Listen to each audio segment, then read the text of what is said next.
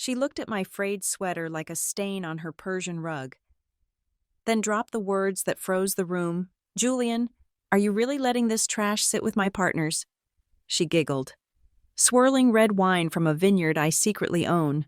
Seraphina thought she ruled New York fashion. But she made a fatal error. She judged the book by its worn cover, never guessing it was the bank ledger holding her fate. And tonight, payment is due. My name is Verity Hollis. The elevator doors slid open with a whisper, revealing the interior of the penthouse that sat atop the most expensive building on Park Avenue. The air inside smelled of white lilies and desperation. To the untrained eye, the scene was the epitome of Manhattan success. There were floor-to-ceiling windows offering a panoramic view of the city lights. Waiters in crisp white jackets, circulating with trays of champagne, and a collection of modern art on the walls that cost more than the average American would earn in 3 lifetimes. But I did not have an untrained eye. I had eyes that had spent the last decade dissecting balance sheets and reading the panic in the pupils of CEOs who knew their time was up. What I saw was not wealth. I saw a stage set. I saw the slight fray on the velvet upholstery of the antique chairs. I saw the way the waitstaff avoided making eye contact, a classic sign that their wages were weeks overdue. And I saw the guests, a dozen men and women in Italian suits and diamond chokers circling the hors d'oeuvres like sharks sensing blood in the water. They were not here because they admired the hostess. They were here because they smelled a carcass and wanted to see if there was any meat left on the bone before the rest of the pack arrived. I stepped out of the elevator, my sneakers squeaking faintly on the marble floor. The sound was an alien noise in this chamber of acoustic perfection. I was 32 years old.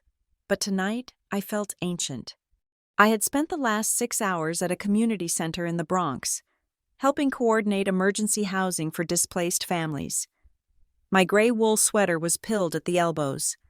My jeans were worn at the knees, and my hair was pulled back in a messy bun that defied gravity and style.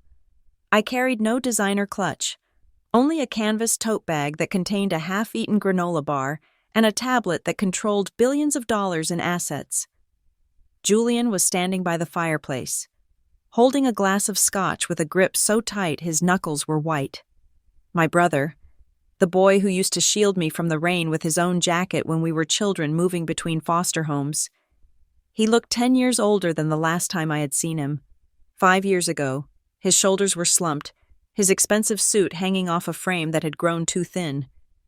He spotted me, and for a second, the mask of the dutiful trophy husband slipped. Relief washed over his face, raw and painful to witness. Verity, he breathed, crossing the room to meet me.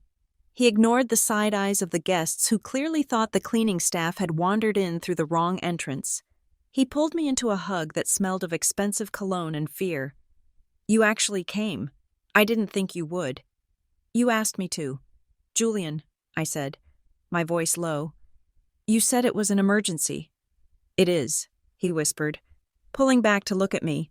His eyes darted nervously toward the spiral staircase. Seraphina is under a lot of pressure.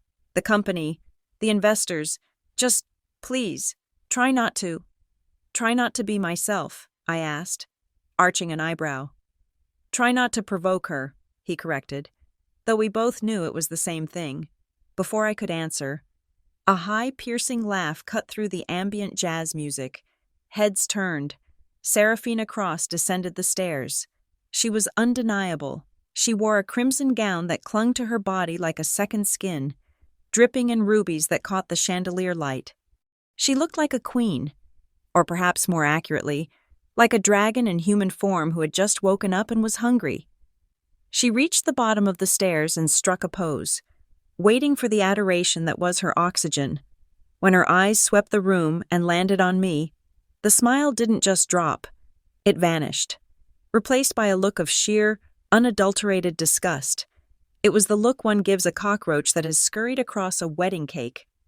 Julian, she said, her voice carrying across the room with practiced projection. What is that doing here? The conversation in the room died instantly. The sharks stopped circling. They sensed a different kind of violence was about to occur. Julian flinched. Seraphina, Darling, this is Verity. My sister? I told you I invited her. Seraphina glided over to us, her glass of red wine sloshing dangerously close to the rim. Up close, I could see the cracks in the foundation. The heavy makeup trying to hide the stress lines around her eyes, the tremor in her hand that she tried to disguise by swirling the liquid. "Oh, right," she drawled, looking me up and down. She lingered on my sneakers. "The sister? I forgot. I suppose I assumed you would have the decency to enter through the service elevator given your presentation." "Hello? Seraphina," I said calmly. "It is a pleasure to see you again." "Is it?" she scoffed, turning her back to me to address the room. "Everyone, forgive the interruption. This is Julian's little sister. We try to help her out when we can. But you know how it is. Some people just prefer the mud to the marble." A ripple of polite, cruel laughter went through the crowd. These were people who valued net worth above human worth. To them, I was a punchline. "Dinner is served," Seraphina announced. Clapping her hands, we moved to the dining room. The table was a long slab of mahogany set for 14. Seraphina sat at the head. Naturally, she placed the most important investor, a man named Mr.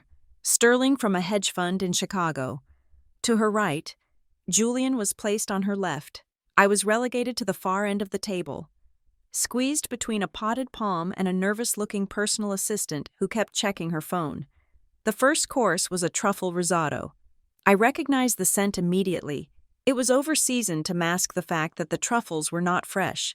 Just like everything else here, an illusion of quality. "So, Mrs. Cross," "Mr.," Sterling said, cutting into a scallop. The quarterly reports for Cross Fashion were interesting. Revenue is down 15%, yet operational costs have risen by 20%. How do you explain the discrepancy? The table went quiet. This was the kill shot. Seraphina stiffened. She didn't have an answer. I knew she didn't, because I had read the same reports 3 hours ago in the back of my car. She had been funneling company money into personal renovation projects and calling it brand expansion. She needed a distraction. Her eyes scanned the table, desperate for a shield, and they landed on me. "Oh, please, Mr. Sterling," Seraphina laughed, waving her hand dismissively. "Numbers are so boring. Let's talk about something real. Let's talk about Verity." She pointed a manicured finger at me down the length of the table. "Julian tells me you're working again. Verity, what is it this time? Are you still scrubbing floors at that shelter, or have you finally graduated to flipping burgers?" Julian dropped his fork. It clattered loudly against the china. "Seraphina, stop." "No, I'm curious," she pressed, her eyes gleaming with malice. She needed to humiliate me to elevate herself. If she was the benevolent queen tolerating the peasant, she retained power. "Tell these nice billionaires what you do for a living. Verity, maybe one of them needs their shoes shined." I wiped my mouth with the linen napkin and placed it on the table. I looked at her, really looked at her. I saw the fear behind the cruelty. "I work in asset management," I said simply. Seraphina burst out laughing. It was a shrill, manic sound. "Asset management. Did you hear that? She calls counting the change in a homeless man's cup asset management. Oh, Verity, you are priceless. You really are." "Mr." Sterling looked uncomfortable. "Actually, asset management is a complex field. Which firm are you with?" Seraphina cut him off before I could answer. She stood up, swaying slightly. The wine was getting to her. Or maybe it was the pressure of $50 million in debt crushing her lungs. "She doesn't have a firm, you fool." Seraphina snapped at the potential investor, losing her composure entirely. "She's a leech. Nobody. She came here tonight to beg for money, just like she always does. Look at her. Look at that sweater. It's disgusting." She picked up her plate. It was still half full of risotto and a heavy red sauce. "Julian," she said, her voice dropping to a dangerous whisper, "I told you I wanted a perfect evening. I told you I needed this investment, and you bring this eyesore into my house." "She's my sister," Julian said, his voice shaking. He stood up, but he looked small. "She's family. She is trash, Seraphina screamed, and then, with a flick of her wrist, she hurled the plate. It wasn't a clumsy accident, it was a deliberate, targeted strike. The plate spun across the mahogany and struck my chest. Porcelain shattered. Hot, sticky risotto exploded over my gray sweater, splashing up onto my neck and chin. The red sauce looked like a gory wound against the wool. A piece of the plate fell into my lap. The silence that followed was absolute. It sucked the air out of the room. The waiters froze. Mr. Sterling lowered his glass. Even the air conditioning seemed to stop humming. I did not flinch. I did not gasp. I sat there, feeling the heat of the food seeping through to my skin. I looked down at the mess, then slowly back up at Seraphina. "Don't let trash dirty my table," Seraphina hissed. Breathing heavily, she pointed to the kitchen door. "Get out. Go eat with the help. Maybe they have some scraps for you." All eyes turned to Julian. This was his moment. This was the line in the sand. "Seraphina," Julian said, his face pale. "That was too far. Apologize to her." Seraphina turned on him, her eyes wide with disbelief. "Excuse me, you want me to apologize to her if you say one more word? Julian, I will call the lawyers in the morning. You signed the prenup. You know what happens. You walk away with nothing. No penthouse, no car, no allowance. You will be back on the street where I found you." She let the threat hang in the air. "Now, sit down." Julian looked at her, then he looked at me. I saw the struggle in his eyes, the war between dignity and survival, but fear won. It always won with Julian. He slowly sank back into his chair, lowering his head, unable to meet my gaze. "I am sorry, Verity," he whispered to the tablecloth. Seraphina smirked, triumphant. She picked up her wineglass, satisfied that order had been restored. The queen had slain the dragon. She thought she had won. She had no idea she had just signed her own death warrant. I picked up the linen napkin and calmly wiped the sauce from my chin. I did not rush. I folded the napkin precisely, hiding the stain, and placed it next to the shattered porcelain. My heart was not racing. My hands were not shaking. A cold clarity had settled over me, a familiar sensation that I usually felt right before I hostilely took over a corporation and stripped it for parts. I stood up. The chair scraped against the floor, a harsh sound that made Seraphina flinch. I looked at the investors around the table. I memorized their faces. I knew their portfolios. I knew their leverage ratios. And now, I knew their character. Then I fixed my eyes on Seraphina. She was expecting tears. She was expecting a tantrum. She was waiting for me to run away crying so she could laugh about it over dessert. I smiled. It was a small, thin smile that did not reach my eyes. "Thank you for the meal. Seraphina," I said. My voice was steady, clear, and loud enough to be heard in every corner of the silent room. "You're leaving," she scoffed. "Good riddance." "Yes," I said. I brushed a crumb of truffle from my sleeve. "You are right about one thing. I do not belong at this table." I leaned forward slightly, resting my hands on the mahogany, ignoring the mess she had made. "Because this table," I said, my voice dropping an octave, "is far too small for me." I turned and walked away. I did not look back at Julian. I did not look at the stunned investors. I walked past the open kitchen door where the staff were watching with wide eyes. I walked straight to the private elevator. As the doors closed, shutting out the sight of the penthouse, I didn't feel humiliation. I felt the gears turning. I pulled my phone from my pocket. It was time to make a call. The hunt had begun. The heavy brass doors of the residential tower swung shut behind me, severing the connection to the warm, scented air of the penthouse. The New York night was biting, a damp chill that instantly turned the wet risotto on my chest into a freezing paste against my skin. The doorman, a man named Henry, who had worked this entrance for 20 years, looked at my stained sweater and the wild strands of hair escaping my bun. He hesitated, his hand hovering over his whistle to summon a taxi, or perhaps pointing me toward the nearest subway station, assuming the poor relation had been rightfully ejected. I gave him a sharp shake of my head. I did not need a yellow cab. I did not need public transit. I needed a war room. I turned left, walking past the manicured hedges that lined the building's facade, moving toward the darker, less conspicuous stretch of the street where the streetlights had burnt out. A sleek, black sedan sat idling in the shadows. It was not a flashy stretch limousine that screamed for attention. It was a customized, armored vehicle with tinted windows so dark they absorbed the light around them. It was a shark moving through deep water. As I approached, the rear door clicked open. I slid into the interior, the smell of aged leather and filtered air enveloping me. The silence was absolute, sealing out the sirens and the honking horns of Manhattan. "Rough dinner?" a voice asked from the facing seat.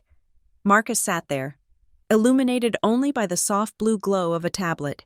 He was my right hand, my executioner, and the only person in the world who knew the full extent of the empire I had built. He wore a charcoal suit that cost more than Seraphina's entire catering budget for the evening. He didn't blink at the tomato sauce smeared across my chest. He simply reached into a compartment, pulled out a fresh folded cashmere scarf, and handed it to me. She threw a plate at me. "Marcus," I said, my voice void of emotion as I draped the scarf over the stain. She called me trash in front of Sterling and the board members. Marcus tapped the screen of his tablet, his face impassive. "Sterling is a conservative investor. He hates theatrics. She just cost herself the bridge loan." "She cost herself more than that," I replied, leaning back into the heated seat. "Give me the file on cross-fashion." Marcus handed me a thick black dossier. It was heavy. I placed it on my lap and flipped it open. To the world, I was Verity Hollis, the struggling sister, the ghost of a tragic past, but in this car, in the veins of the global market. I was the founder of Ethelgard Capital. We were not a hedge fund. We were a vulture fund. We did not plant seeds and wait for rain. We found the dying, the rotten, and the corrupt. And we stripped them down to the bone to feed the ecosystem of the market. We were the necessary fire that cleared the dead wood. And Seraphina Cross was dead wood. I ran my finger down the columns of the balance sheet Marcus had compiled. It was a disaster. It was worse than a disaster. It was a crime scene. "Revenue is down 22% year over year," I murmured, reading the real numbers, not the glossed-over fantasy she had presented at dinner. "Cost of goods sold has skyrocketed. She is buying raw silk from a supplier in Vietnam at 40% above market rate. Why, kickbacks." Marcus answered immediately. "The supplier is a shell company registered in the Cayman Islands. We are 90% sure the beneficiary is her brother." I turned the page. "Accounts payable. She hasn't paid her logistics partners in 90 days. She is leveraging the company credit cards to pay the interest on the bank loans. It is a Ponzi scheme built on stilettos and lip gloss." "She is shopping the company," Marcus said. "She has meetings set up with 3 private equity firms this week. She wants a buyout. She thinks she can sell the brand equity, take a golden parachute of $10 million, and walk away before the auditors realize the inventory warehouse is empty." I looked up from the file, staring at the partitions separating us from the driver. $10 million. She wanted to walk away with a fortune after treating my brother like a servant and me like a disease. She wanted to burn the company to the ground, leave hundreds of employees jobless, and retire to the French Riviera. "No," I said softly. "No," Marcus asked, his stylus hovering over his screen. "She doesn't get a parachute," I said, the coldness in my voice dropping the temperature in the car. "She gets an anvil." I looked at Marcus. "I want you to kill her funding, all of it. Call the contacts at the 3 private equity firms. Tell them Ethelgard is looking into Cross-Fashion's books and we found irregularities. You don't have to give them proof. The mere whisper that the ghost of Wall Street is circling will make them run for the hills. No one buys a burning house when the arson investigator is standing on the front lawn." "Done," Marcus said, typing rapidly. Then, I want you to call the suppliers, I continued, the plan forming in my mind like a complex architectural blueprint. Buy their debt, every cent she owes to the fabric mills, the shippers, the landlords. Consolidate it. By tomorrow morning, I want to be the only person she owes money to. I want to own the air she breathes. That will cost us roughly $12 million in liquidity to acquire the debt fast, Marcus noted, playing the devil's advocate. Is the asset worth it? The asset is my brother, I said. And he is priceless. Marcus nodded once, accepting the order. I will have her squeezed within 48 hours. She won't be able to buy a cup of coffee without our permission. I closed the dossier. The adrenaline of the hunt was starting to fade, replaced by a dull, aching exhaustion. I looked out the tinted window as the car glided through the streets of Manhattan. The city was a blur of neon and steel, a monument to ambition. My mind drifted back, fighting the current of time, pulling me to a place I tried hard to forget. I was 10 years old. Julian was 12. We were sitting on the steps of a foster home in Queens. It was November, and the wind was cutting through my thin cotton jacket like a razor. I was shivering so hard my teeth were chattering, a rhythmic clicking sound that I couldn't stop. Julian didn't say a word. He just took off his coat, a puffy, ugly blue thing that was 2 sizes too big for him, and wrapped it around my shoulders. He sat there in just his t-shirt, his arms wrapped around his knees, turning blue in the cold, just so I could be warm. We are a team. Verity, he had told me, his teeth chattering too. They can't hurt us if we stay together. I'll always look out for you. That boy, that brave, selfless boy, was still inside the man standing in that penthouse, but he was buried under layers of shame and emotional abuse. He had married Seraphina because he thought he needed someone strong to survive in this world. He didn't realize that her strength was a lie, and that he was being cannibalized to feed her ego. He had married the very thing we had sworn to fight against, the people who thought they were better than us because of the numbers in a bank account. My phone buzzed in my pocket, snapping me back to the present. I pulled it out. The screen lit up with a name, Julian. I opened the message. Verity, I am so sorry. Please don't be mad. She is just under so much stress with the merger. I can send you some money for the cab. Please let me know you got home safe. Love, Jules. I stared at the words. He was apologizing for her. He was offering me cab fare while his wife tried to destroy my dignity. It was pathetic. It was heartbreaking. If I answered him, if I told him it was okay, I would be enabling him. I would be helping him stay in the cage. He needed to see the lock for what it was. He needed to see her for what she was. And he wouldn't see that as long as I played the role of the victimized sister he needed to protect with secret $20 bills. I needed to be the villain in his story for a few days, so I could be the savior in his life forever. I deleted the message without replying. I tossed the phone onto the leather seat next to me. Is everything all right? Marcus asked, watching me closely.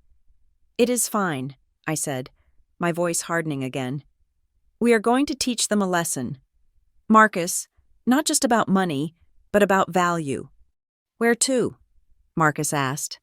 The uptown office. No, I said. Take me to the war room in the financial district. I want 3 monitors and a fresh pot of coffee. We are going to rewrite the destiny of Cross Fashion tonight. By the time the sun rises, Seraphina Cross will not be a CEO. She will be a carcass. The car accelerated, merging onto the highway. The city lights reflected off the wet pavement, looking like streaks of gold and blood. I wasn't just buying a company anymore. I was buying justice.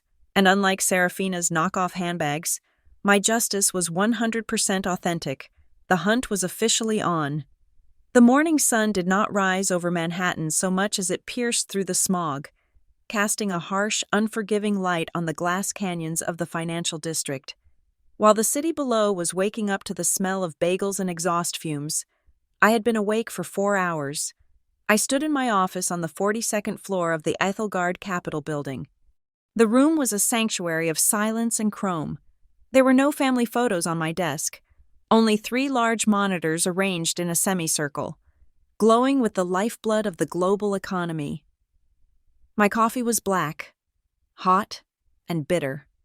I took a slow sip as I watched the clock tick toward 9:30 in the morning. The opening bell of the stock exchange. To my left, Marcus stood like a statue, his eyes fixed on a tablet. "The press release went out at 6 in the morning," Marcus reported, his voice devoid of inflection. "The headlines are circulating. Cross-fashion emperor has no clothes, and liquidity crisis looms for New York's fashion darling.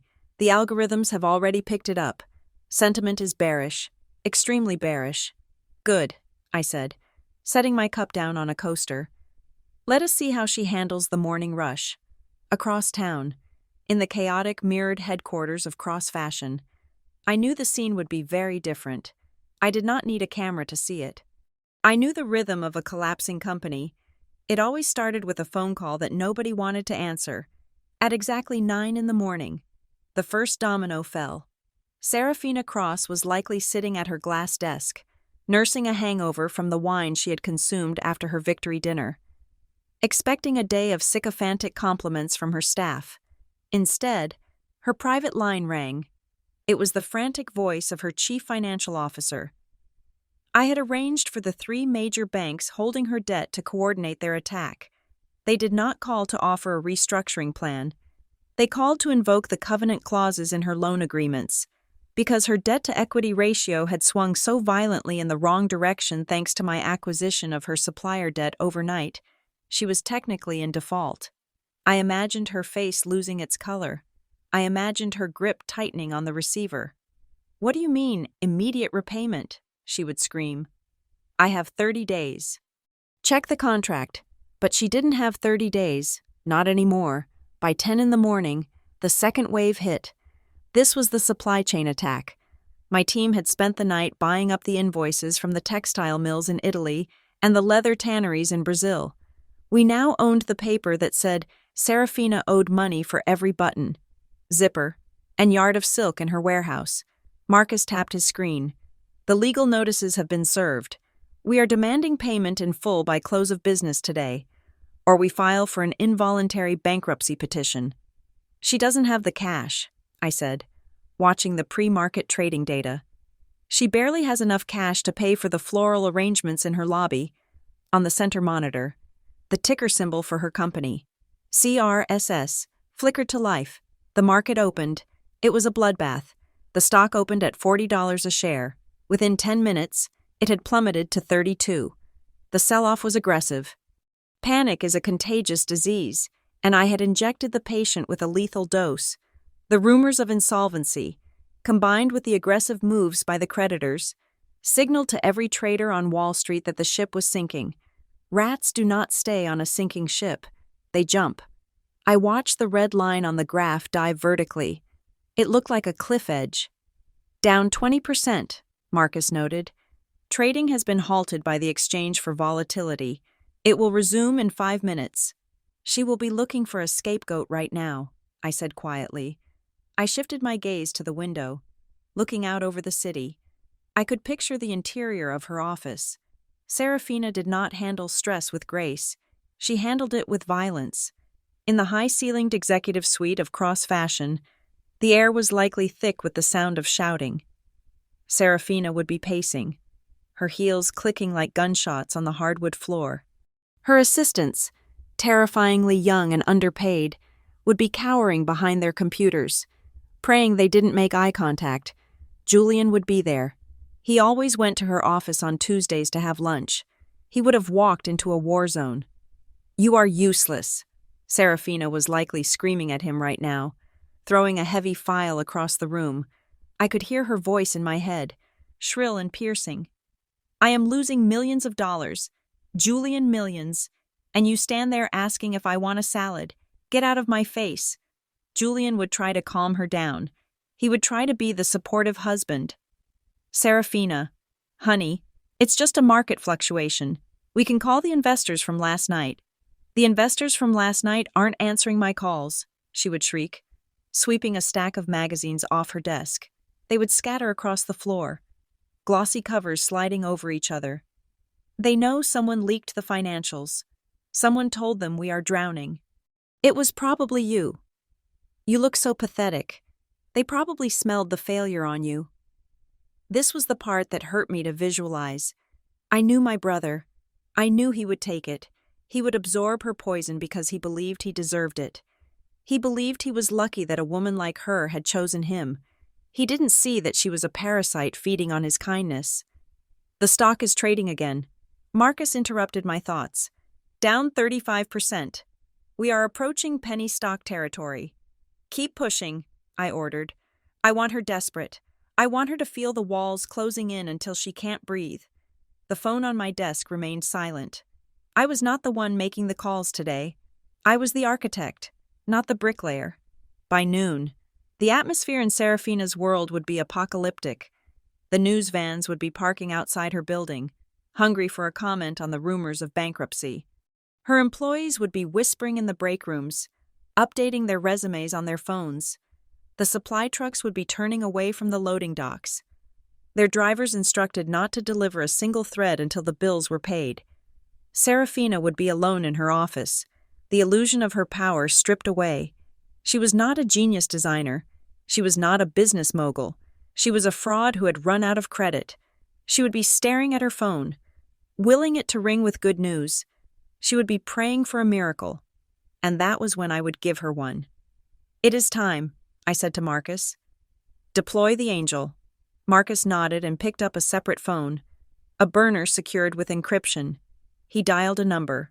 Go ahead, Marcus said into the receiver. She is ready. The angel was a man named Elias Thorne. He did not exist.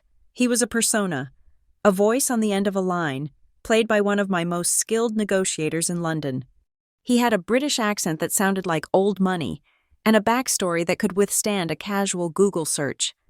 We had planted a fake website and a LinkedIn profile for Thorne Private Equity 2 years ago for situations exactly like this.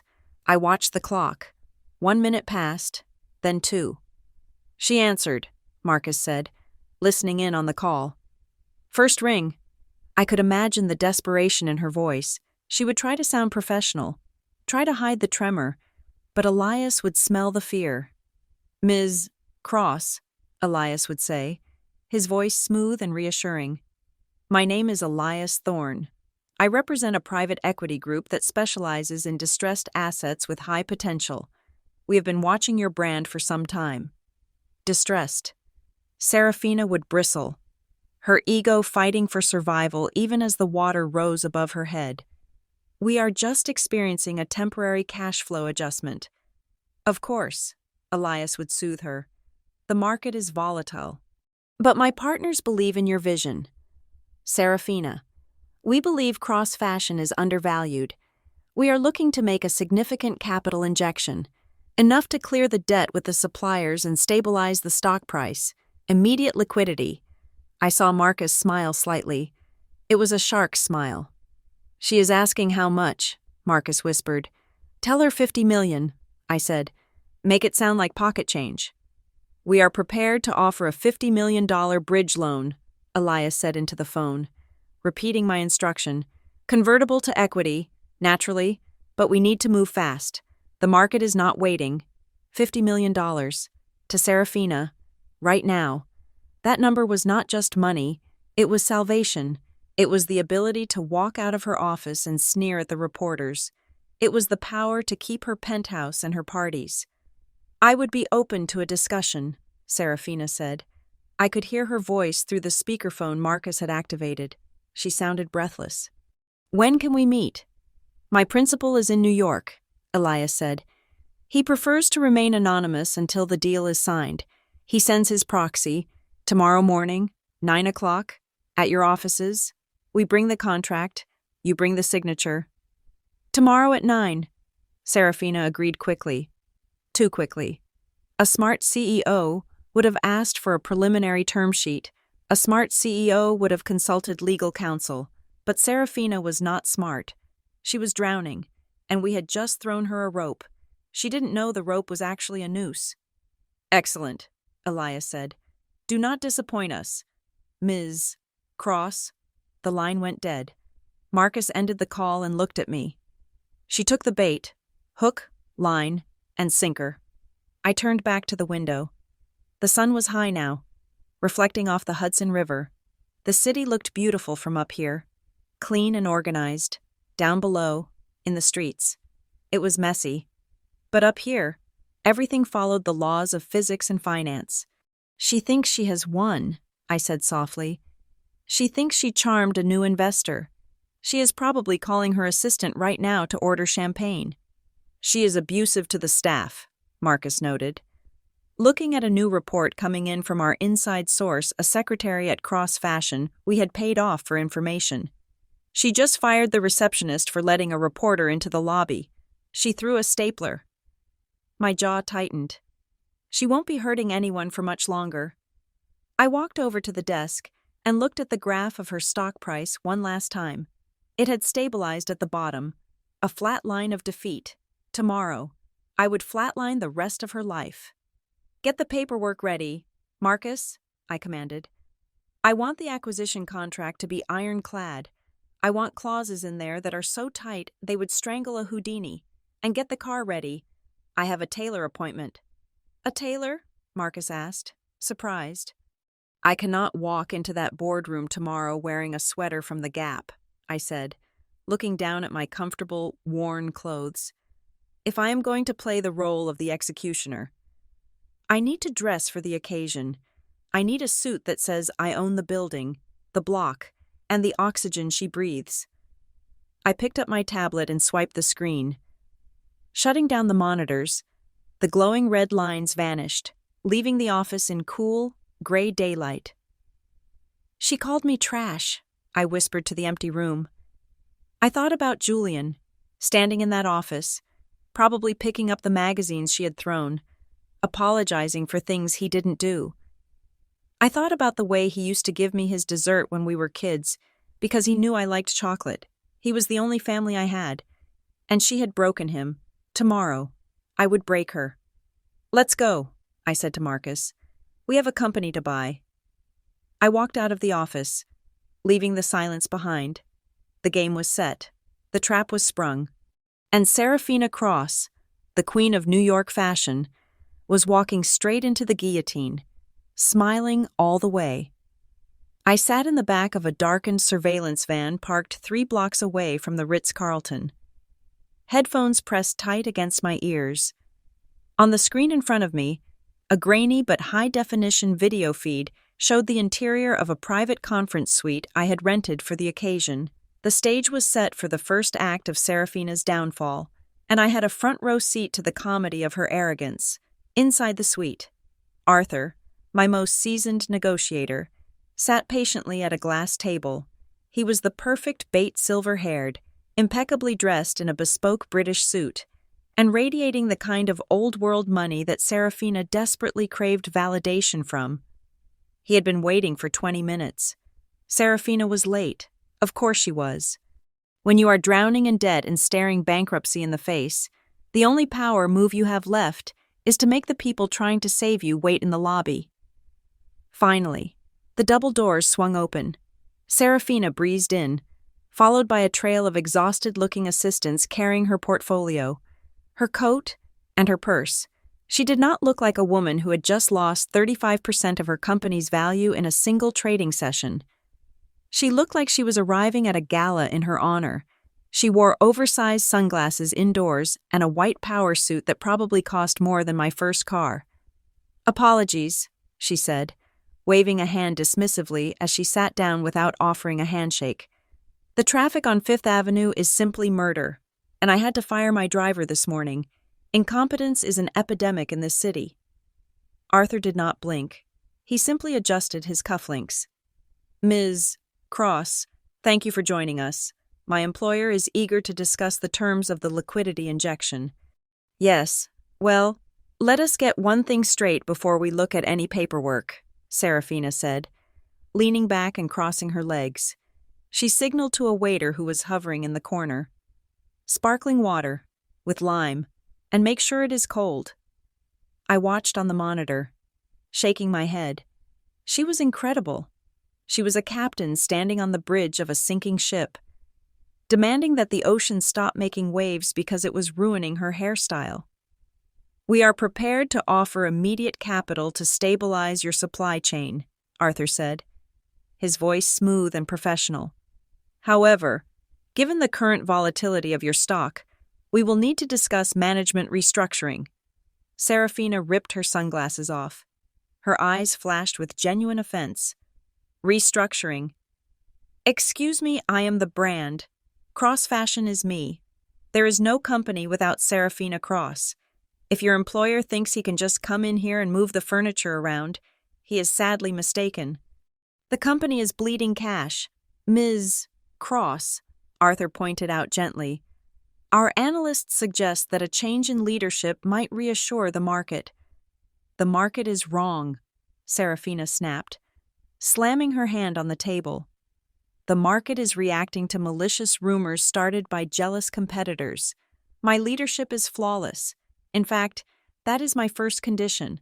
I retain full creative control and the title of CEO, indefinitely, and I want a raise." I almost choked on my coffee in the van. "A raise," I whispered to the screen. "You have got to be kidding me." "A raise," Arthur repeated, his eyebrows raising slightly. "Ms. Cross, your company cannot make payroll next week. That is exactly why I need a raise," she argued, as if it were the most logical thing in the world. "I am under immense stress. I need to maintain my lifestyle to project confidence to the shareholders. If I look poor, the stock drops. It is basic economics. I want my base salary increased to $2 million a year, plus a guaranteed bonus of $500,000, and I want the company jet back. I know the bank repossessed it, but you need to get it back. I cannot fly commercial. It is bad for my skin." She was negotiating for luxuries while standing on a trapdoor. It was a masterclass in delusion. She truly believed she was doing us a favor by allowing us to give her $50 million. Arthur made a note on his legal pad. "I will convey your request to the principal. Is there anything else?" "Yes," Seraphina said, her voice dropping to a conspiratorial whisper. She leaned in closer to Arthur. "I need you to structure the deal so that my husband, Julian, has no access to the new funds. None." My stomach tightened. I leaned forward. "Is there a reason for that?" Arthur asked. "Julian is sweet, but he is a liability." Seraphina sighed, acting the part of the long-suffering wife. "He has this family, specifically, a sister. She is a complete drain on our resources. A grifter, really. She showed up at my dinner party last night looking like she sleeps under a bridge, begging for handouts. It was humiliating. I felt the blood pound in my ears. She was rewriting history in real time. "She is mentally unstable," Seraphina continued, tapping her temple. "I have been trying to cut her off for years, but Julian is too soft. He gives her money behind my back. That is why the company is in trouble. You know, he leaks money to his trashy relatives. So, if we do this deal, I want a clause that bans any company funds from being used for personal family charity. I need to protect the brand from his ghetto baggage." I froze the image on the screen. I looked at her face, twisted in a sneer of superiority. She was blaming my brother for her embezzlement. She was blaming him for her failure. And she was calling me the woman who currently owned her debt a grifter. I took off the headset and picked up the phone to call Marcus. "Did you hear that?" I asked, my voice deadly calm. "Every word," Marcus replied. "She is digging her own grave with a diamond shovel." "Change the deal," I commanded. "To what?" Marcus asked. "I was going to offer her a buyout that left her with a little dignity," I said. "I was going to give her enough to walk away and start over somewhere else, but not anymore. She wants to talk about value fine. We are buying the company for the price of the debt. Not a penny more. She gets nothing. No golden parachute, no salary, no jet. She walks out of there with the clothes on her back, and even those technically belong to the company. That is a hostile takeover," Marcus noted. "She will never sign it." "She will sign it," I said, "because by tomorrow morning, she is going to realize that her alternative is prison." I hung up. The meeting in the hotel suite was over. Arthur was wrapping up, promising to get back to her. Seraphina strode out, looking triumphant. She thought she had won. She thought she had charmed the investor and secured her throne. But the real drama was happening across town, at the penthouse. I signaled the driver to take me to a location near Julian's building. While the van moved through traffic, I switched the monitor input. Yesterday, while Seraphina was busy screaming at her staff, I had a private investigator, a former intelligence officer named Cole, slip into the penthouse disguised as an HVAC repairman. He had planted audio bugs in the living room and the master bedroom. I did not do it to spy on their intimacy. I did it because I needed to know how deep the rot went. I needed to know if Julian was complicit, or if he was just a victim. I put the headphones back on. The feed from the penthouse came alive. It was quiet at first. Then I heard the click of heels on marble. Seraphina had just come home from the meeting with Arthur. "Julian," she shouted. "Julian, where are you?" There was no answer. I heard the sound of a phone dialing. Then Seraphina's voice, completely different from the professional tone she had used with Arthur. This voice was purring, seductive, and cruel. "Jean-Luc." "It is me," she said. "Oh, stop it. Listen, I have good news. The idiot investor bought the pitch. He is going to inject $50 million by the end of the week. I checked the time. It was 2 p.m. Julian usually came home around this time to walk their dog. "No, do not worry." Seraphina laughed into the phone. "I am not staying with him. Are you crazy? I just need him to sign the co-guarantee on the new loan. Once the money hits the Cayman account, I am filing for divorce. I already spoke to my lawyer. We found a loophole in the prenup. Since the debt is technically under the company's name, and Julian is listed as a silent partner, I can dump the liabilities on him." My breath caught in my throat. This was not just greed. This was evil. She was planning to frame him. She was going to take the money I was about to give her, stash it in an offshore account with her lover, and leave Julian with millions of dollars in debt that would bury him for the rest of his life. "He will be ruined," Seraphina said, giggling. "He will probably have to move in with that loser sister of his. They can share a cardboard box. But we, my darling, are going to be in Saint Tropez by next month. Just have the tickets ready." On the audio feed, I heard a small noise. It was not from Seraphina. It was a sharp intake of breath, followed by the sound of something shattering, a glass hitting the floor. "What was that?" Seraphina asked sharply. "Hold on, Jean-Luc." I heard her footsteps moving toward the hallway. "Julian," she asked. Silence.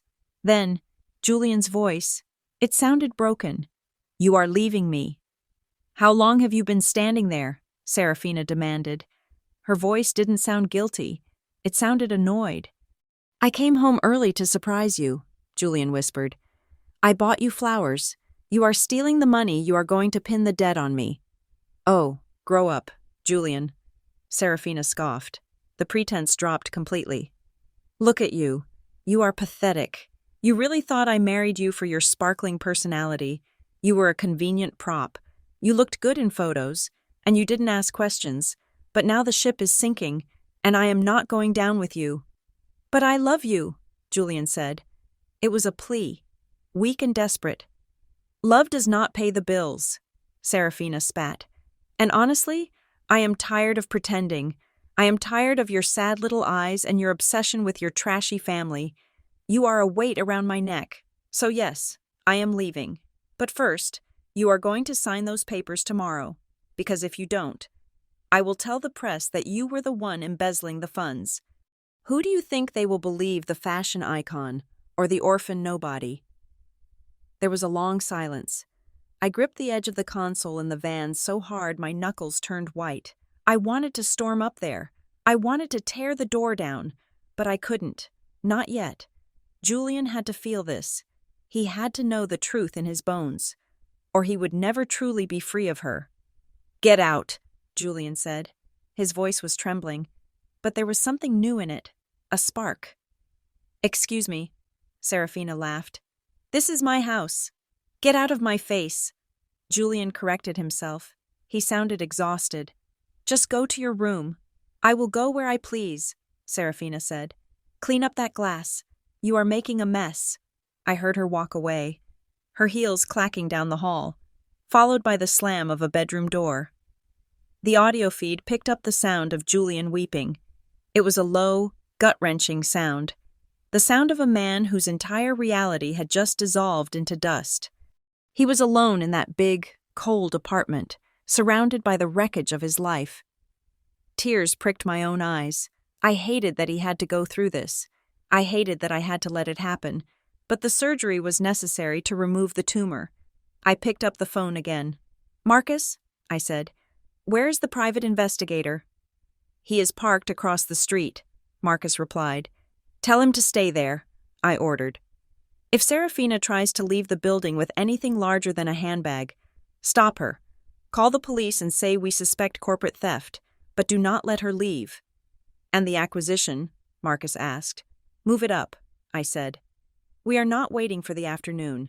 I want the signing at 9 a.m. sharp, and tell the lawyers to double the team. I want a wall of suits. I want an army. Understood, Marcus said. And Verity. What? I am sorry about your brother, he said softly. Do not be sorry, I said, watching the audio waveform of my brother's sobbing on the screen. He just learned the most expensive lesson of his life. Now, I am going to make sure he gets a refund. I leaned back in the darkness. The charade was over. Seraphina had played her hand. She had revealed her cards: the lover, the theft, the betrayal. She thought she was the player. She didn't realize she was just the chip. Tomorrow, she would walk into that boardroom expecting a check. Instead, she was going to meet the executioner, and for the first time in her life, she was going to realize that trash is just a word people use when they are afraid of what they cannot control. Hang in there, Jules, I whispered to the screen. Help is coming. The neon sign of Sal's Burger Joint flickered with a rhythmic buzzing sound, casting a sickly yellow light onto the wet pavement of Queens.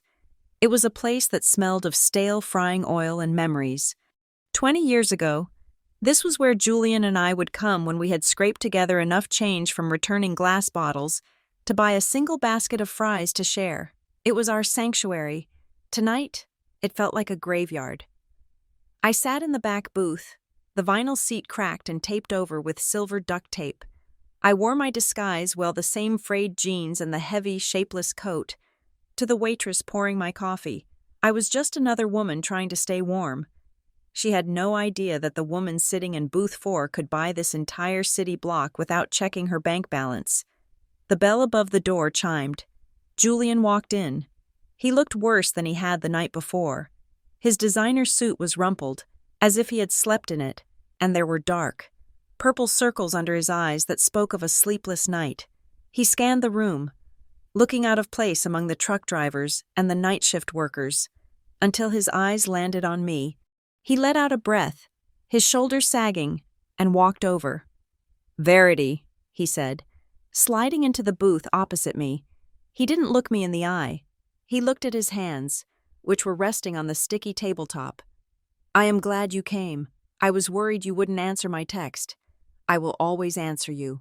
Julian, I said softly. You know that. He nodded, swallowing hard. Then, he reached into his jacket pocket and pulled out a white envelope. He slid it across the table toward me. It was thick. It is not much, he whispered, his voice trembling. I managed to get some cash out of the emergency safe before things got complicated. It is $3,000. It should be enough to get you a better apartment for a few months, maybe buy some new clothes. I stared at the envelope. My heart cracked in my chest. Here he was, a man whose wife was plotting to leave him destitute, a man who was being emotionally battered every single day, and his first instinct was still to protect me. He thought I was the one who needed saving. He thought I was the tragedy. Julian, I said, pushing the envelope back toward him, I do not want your money. Please, Verity, he pleaded, tears welling in his eyes. Take it. Seraphina is cutting off the accounts. If you don't take it now, I won't be able to help you later. I just want to know you are okay. I am okay, I said firmly. Better than okay, but you are not. I am fine, he lied, the words sounding hollow. We are just going through a rough patch. The business is stressful. Seraphina is just passionate. She is not passionate. Julian, I said, my voice dropping to a steel whisper. She is a sociopath. He flinched as if I had slapped him. Don't say that. You don't know her like I do. No, I agreed. I know her better. I know her numbers. I know her secrets. And now, so will you. I reached into my tote bag. I did not pull out a granola bar this time. I pulled out a manila folder, identical to the one Marcus had given me, but thinner. It contained only the essentials, the poison that would kill his denial. I placed it on the table, right on top of the envelope of cash he had tried to give me. Open it, I commanded. Julian looked at the folder, then at me. He saw something in my face he hadn't seen since we were children fighting off bullies in the schoolyard. He saw the resolve that had kept us alive. With a shaking hand, he opened the folder. The first page was a transcript of the phone call from yesterday afternoon. The call with Jean-Luc. What is this? He asked, squinting at the paper in the dim light. Read the highlighted parts, I said. He began to read. I watched his eyes move back and forth. I watched the color drain from his face until he looked like a ghost. I saw the moment he read the line about the Cayman account. I saw the moment he read the line about pinning the debt on him. This is, he choked on the words. This isn't real. You typed this up. You are trying to make me hate her. Turn the page, I said, ignoring his accusation. He turned the page. It was a bank statement from a shell company in the Caribbean. It showed a transfer of $2 million from Cross Fashion's operating account to a private account under the name Seraphina Cross and Jean-Luc Dubois. The date was 3 days ago. She is stealing from the company. Julian, I said, leaning forward. She is gutting it. She knows the ship is going down, and she is filling her lifeboats with gold while she chains you to the anchor. Julian dropped the paper. He put his hands over his face. His breathing came in short, jagged gasps. She said she loved me, he whispered into his palms. Last night, she said we would get through this together. She lied, I said. She has been lying since the day she met you. She saw a kind, gentle man with a trust fund, and she bled him dry. And now that the money is gone, she is throwing away the husk. Why are you doing this? Julian asked, looking up at me. His eyes were red, filled with a mixture of grief and anger. Why are you showing me this now? What can I do? I am powerless. Verity. I signed the prenup. I signed the guarantee. If she leaves, I am ruined. I will be in debt for $10 million. I will go to jail. He slammed his fist on the table, rattling the salt shaker. I am finished. I reached across the table and covered his hand with mine. My grip was hard, grounding him. You are not finished, I said intensely. You are just waking up. Waking up to a nightmare, he sobbed. No, I said. Waking up to the truth, and the truth is the only thing that can save you. I gathered the papers and put them back in the folder.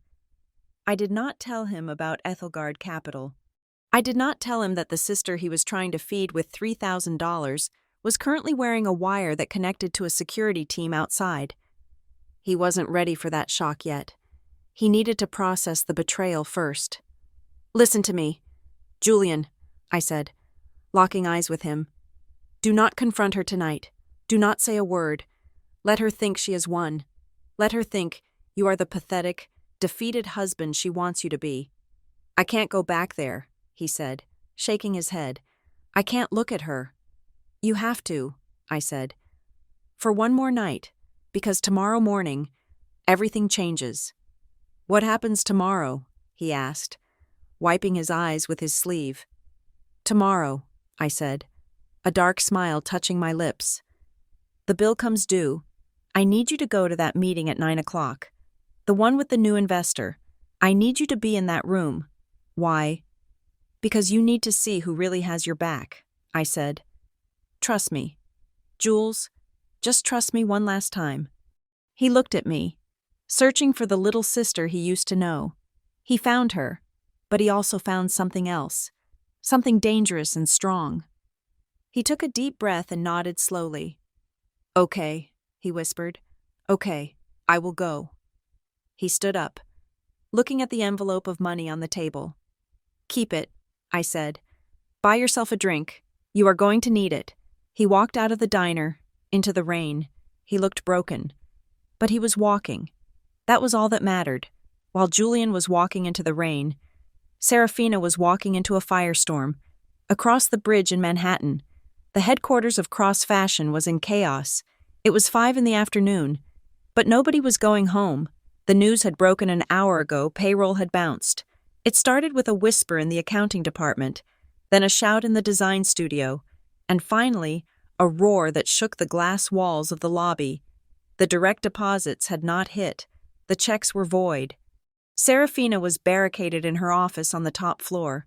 Through the glass, she could see the mob, her own employees, seamstresses, designers, interns, marketing assistants were gathered in the open-plan workspace, their faces twisted in fury. They weren't working. They were chanting. Pay us! Pay us! Pay us! The sound vibrated through the floorboards. Seraphina paced back and forth, clutching her phone. She had called her personal banker. But he wasn't picking up. She had called her lawyer, but he had told her that without a retainer, he couldn't stop a labor dispute. She was alone.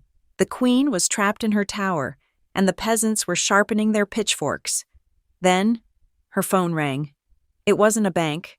It was Elias Thorne, the voice of her salvation. She answered it on the first ring, her voice shrill with panic. Mr. Thorne, thank God. You have to help me.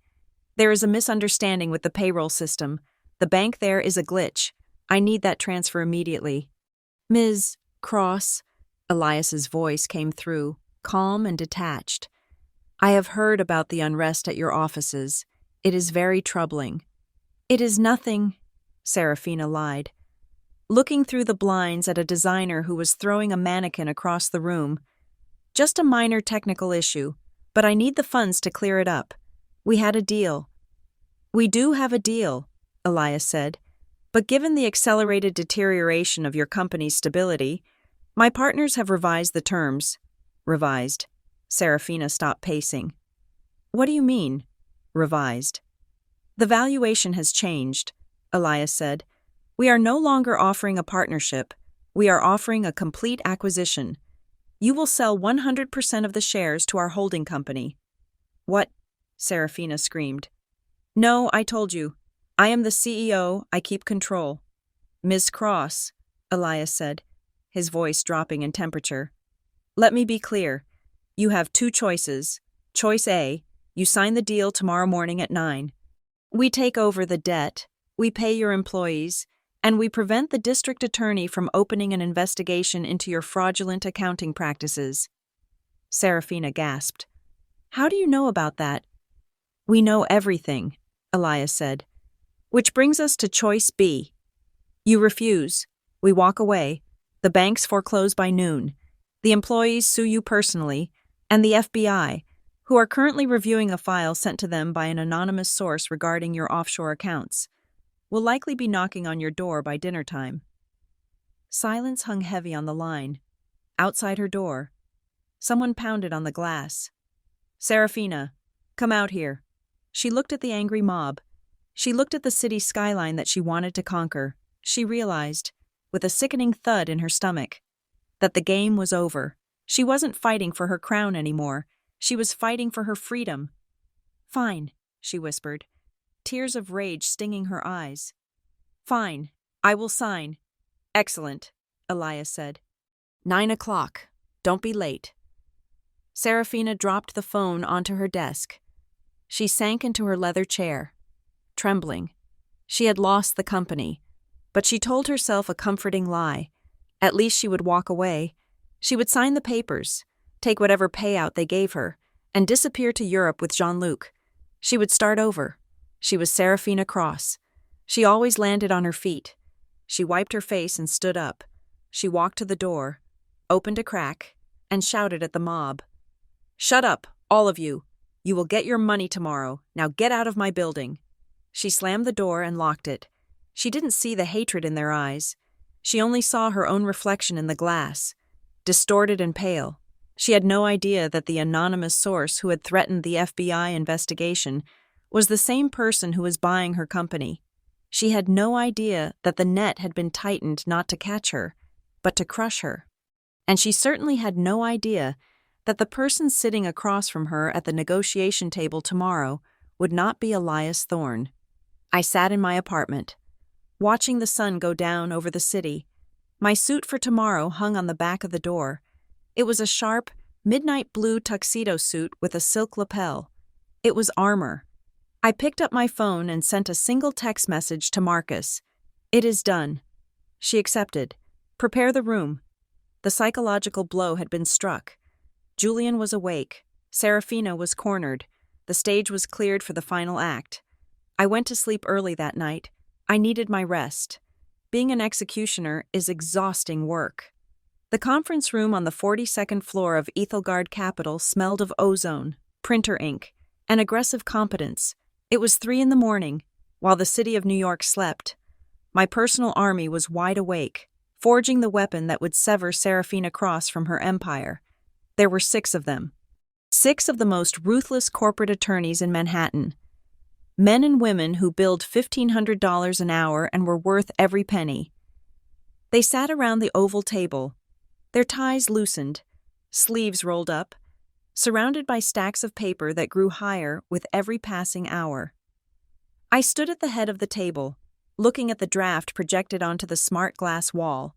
It was a merger and acquisition agreement, but to call it that was a polite euphemism. It was a bear trap disguised as a life raft. "Clause 17, Section B," I said, pointing to the glowing text.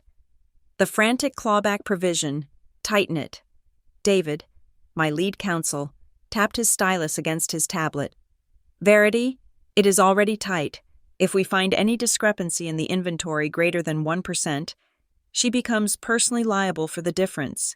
That includes her personal assets, her future earnings, and any offshore holdings." "Make it 0.5%, I commanded. "And add a specific subclause regarding intellectual property. I want it stated that if she is terminated for cause, which she will be, she loses the right to use her own name for any commercial purpose for 10 years. She cannot sell a scarf, a perfume, or even a tube of lipstick with the name Seraphina on it." David whistled low. "That is draconian. She will be a ghost in her own industry." "That is the point," I said. "She likes to talk about her brand. I am taking her brand. Keep writing." The document was growing into a monstrosity. It was 200 pages of dense, impenetrable legal jargon designed to do one thing: strip Seraphina of everything she owned, everything she stole, and everything she hoped to be. We had buried the most dangerous clauses deep in the addendums, hidden behind walls of standard boilerplate text. Seraphina, in her arrogance and haste, would never read page 142. She would only look at the purchase price on page 1. "What about the husband?" one of the junior associates asked. "Julian Hollis. Does he get hit with the liability?" I paused. "No. Insert a spousal indemnification clause. The acquiring entity, that is us, assumes his portion of the debt, provided he cooperates with the transition. Isolate him. I want the target lock solely on her." "Understood," David said. He hit a key, and the printers whirred to life, spitting out the final version of the contract. It was a heavy, ominous thud as the stack of paper hit the tray. "Get some sleep," I told the team. "I want everyone in the lobby at 7 sharp. We roll out at 8. I left the war room and took the private elevator down to the executive suite. My own preparation was just beginning. For the past 5 years, I had worn a mask. I had worn the clothes of a struggling social worker, the shoes of a woman who walked because she couldn't afford a cab, and the expression of someone who apologized for taking up space. That mask had served its purpose. It had allowed me to see who people really were when they thought I had nothing to offer them. But tomorrow, The mask had to burn. I walked into the dressing room adjacent to my office. Hanging on a mannequin in the center of the room was a garment bag. I unzipped it slowly. It was not just a suit, it was a declaration of war. I had commissioned it months ago from a tailor on Savile Row in London. Saving it for a moment exactly like this. It was a midnight blue three-piece suit, cut from a vicuna and silk blend that absorbed the light rather than reflecting it. The fabric cost more than Seraphina's car. I stripped off my frayed jeans and the stained gray sweater, the uniform of the trash she had mocked. I kicked my scuffed sneakers into the corner. I stood in front of the full-length mirror, naked and scarred, but strong. I stepped into the trousers. They fit with the precision of a second skin. I buttoned the crisp white shirt, the starch stiff against my collarbone. I pulled on the waistcoat, feeling it cinch my waist, forcing my posture to be upright, rigid, commanding. Finally, the jacket. As I slid my arms into the sleeves, I felt a physical shift in my demeanor. I wasn't Verity the sister anymore. I was Verity the chairman. I was the money.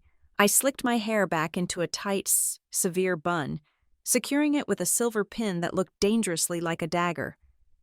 I put on a pair of black stiletto heels, 4 inches of steel and leather that clicked on the floor with the sound of a judge's gavel. I looked in the mirror. The woman staring back was terrifying.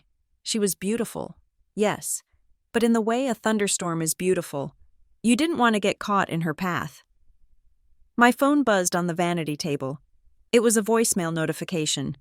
I picked it up. The number was blocked, but I knew who it was. Seraphina. She must have been drinking. It was 4 a.m. She was likely celebrating the deal she thought she had secured with Elias Thorne. She thought she had pulled off the heist of the century, dumping her debt on a foolish investor and running away with the cash. I pressed play. "Hello, little mouse?" Seraphina's voice slurred through the speaker. There was music in the background, loud and thumping. "I just wanted to call and say goodbye. You probably won't see me for a long time. I am going to be very, very far away, living on a beach where they don't allow people who wear polyester." She laughed. It was a cruel, jagged sound. "I hope you and Julian have a nice life together in the gutter," she continued. "Maybe you can get a group discount on therapy. Oh, and Verity. Try not to starve to death before I become a billionaire again. It would be such a waste of potential entertainment." The message ended. I didn't throw the phone. I didn't cry. I didn't feel anger. Anger is hot. It burns out. What I felt was absolute zero. "You will never be a billionaire again, Seraphina," I said to the empty room. "You won't even be 1,000 heir." I saved the voicemail. It would make excellent evidence for the character assessment in the divorce proceedings. Across town, the sun was beginning to gray the sky. In the penthouse, the mood was frantic but jubilant. My surveillance team reported that Seraphina had packed 10 Louis Vuitton trunks. She was stripping the apartment. She had taken the artwork off the walls, the silverware from the drawers, even the expensive sheets from the guest bed. She was looting her own life, preparing to flee the moment the check cleared. She had no idea that the check was never going to clear. But she wasn't the only one awake, in a small, nondescript hotel room in Midtown. Julian was staring at the ceiling. He hadn't slept. The envelope of cash I had refused was sitting on the nightstand, unopened. Next to it was the folder of evidence I had given him. He got up and walked to the window. He looked at the city he had lived in his whole life, a city that suddenly felt foreign and hostile. He thought about the woman he had married. He thought about the way she smiled when she hurt people. He thought about the way she had looked at me at dinner like I was dirt. He turned away from the window and opened his suitcase. He pulled out his best suit. It was a navy blue one that I had bought him for his birthday 3 years ago. Before Seraphina took control of his finances, he brushed the lint off the shoulder. He wasn't going to the meeting to save her. He wasn't going to the meeting to beg. He was going to the meeting because he needed to see the end. He needed to see the monster without her mask. He needed to be sure. Back at Ethelgard Capital. The lobby was buzzing with activity. It was 7:30 in the morning. My team was assembled. 12 lawyers, 4 forensic accountants. 6 private security guards dressed in black suits, looking like Secret Service agents, and Marcus, standing at the front, holding the briefcase that contained the 200 pages of doom. I stepped out of the elevator. The lobby went silent. My team looked at me. They had never seen me like this. They were used to the eccentric genius in the hoodie who sat in the dark watching multiple screens. They were not used to this titan of industry standing before them in $12,000 of bespoke tailoring. Marcus nodded slowly. A look of approval crossed his face. "You look sharp, boss. Lethal. Are we ready?" I asked, pulling on a pair of black leather gloves. "The convoy is outside," Marcus said. 3 SUVs. We have the element of surprise. She thinks she is meeting a single representative named Elias. She is not expecting an invasion. "Good," I said. "Let us not keep the queen waiting." We walked out of the glass doors and into the morning air. The wind was cold, but I didn't feel it. I climbed into the back of the lead SUV. "To Cross Fashion," I told the driver. The convoy moved out. A predator shark cutting through the traffic. Meanwhile, the shareholders of Cross Fashion were doing their part. My team had leaked the severity of the crisis to the 3 largest minority stakeholders late last night. They were panicked. They had been calling Seraphina since dawn, leaving frantic messages. "Sell," they screamed into her voicemail. "Sell the company. Seraphina. Take whatever deal they offer if you let this go to bankruptcy court. We will sue you for negligence." Their pressure was the final nail. It ensured that Seraphina wouldn't read the contract. She would be so desperate to silence the shareholders, so desperate to get the money and run, that she would sign a napkin if it had a $sign on it. She was walking into the boardroom thinking she was the smartest person in the room. She thought she was a wolf among sheep. She didn't realize she was a turkey on Thanksgiving morning. The SUVs pulled up to the curb in front of the Cross Fashion Tower. It was 8:45 in the morning. I looked up at the building. It was a monolith of steel and ego. Soon, it would be mine. "Marcus," I said as the door opened, "do not let anyone stop us at the reception. We go straight to the boardroom." "Copy that," Marcus said. I stepped out onto the sidewalk. The heels of my shoes struck the concrete with a sound that echoed like a gunshot. I adjusted my jacket. "Let's go buy a company," I said. We marched into the lobby, a phalanx of dark suits moving with military precision. The receptionist, a young girl who looked terrified, stood up as we approached. "Excuse me," she stammered. "Do you have an appointment, Ms. Cross is expecting a Mr. Thorne?" Marcus didn't even slow down. "Mr. Thorne is unavailable. We are the new management." We swept past her, heading for the elevators. Up on the 30th floor, inside the boardroom, Seraphina Cross checked her reflection in her compact mirror. She applied a fresh coat of red lipstick. She practiced her smile, the one that said, "I am in control," even though her hands were shaking. Julian sat in the corner of the room, silent and pale. He watched her preen. He watched her adjust her diamond necklace. He felt sick to his stomach. "Stop looking so depressed." "Julian," Seraphina snapped, snapping the compact shut. "This is a good day. We are getting rid of this headache of a company. And we are going to be rich. Just sit there, shut up, and sign where I tell you." "I am not signing anything until I read it," Julian said quietly. Seraphina laughed. "You will sign because I tell you to sign. Don't grow a backbone now. Darling, it doesn't suit you." The elevator dinged down the hall.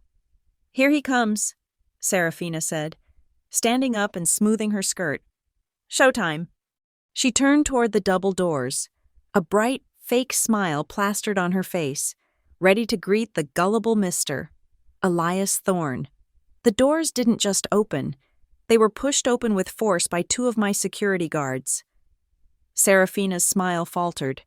My team poured into the room, lawyer after lawyer, accountant after accountant, filling the space, lining the walls, surrounding the long glass table. It was an overwhelming display of force. And then, I walked in. I didn't look at Julian. I looked straight at her. The room went deadly silent. The trap was sprung. The cage door had slammed shut, and the executioner had arrived. The hallway leading to the boardroom on the 30th floor was a tunnel of glass and ego. Seraphina had redesigned it 2 years ago, stripping away the mahogany warmth of the original architecture and replacing it with cold, hard surfaces that reflected light in jarring angles. She had removed the portraits of the company's founders, men and women who had built the business with grit and sewing needles, and replaced them with oversized, backlit photographs of herself. Seraphina in Paris, Seraphina in Milan, Seraphina looking pensive while holding a fabric swatch she likely couldn't identify. I walked down this hall now, my stride measured and rhythmic, to my left and right. My security detail moved in perfect synchronization, their footsteps heavy and muffled, while the sharp click-clack of my stilettos cut through the silence like a metronome counting down to an execution. Inside the boardroom, the atmosphere was thick enough to choke on. I didn't need to be in there to know it. I could feel the tension radiating through the frosted glass doors. My advance team, the 12 lawyers and 4 forensic accountants, had already reached the doors and were waiting for my signal. They formed a wall of charcoal wool and grim expressions. I stopped 3 feet from the entrance. I adjusted the cuffs of my midnight blue jacket.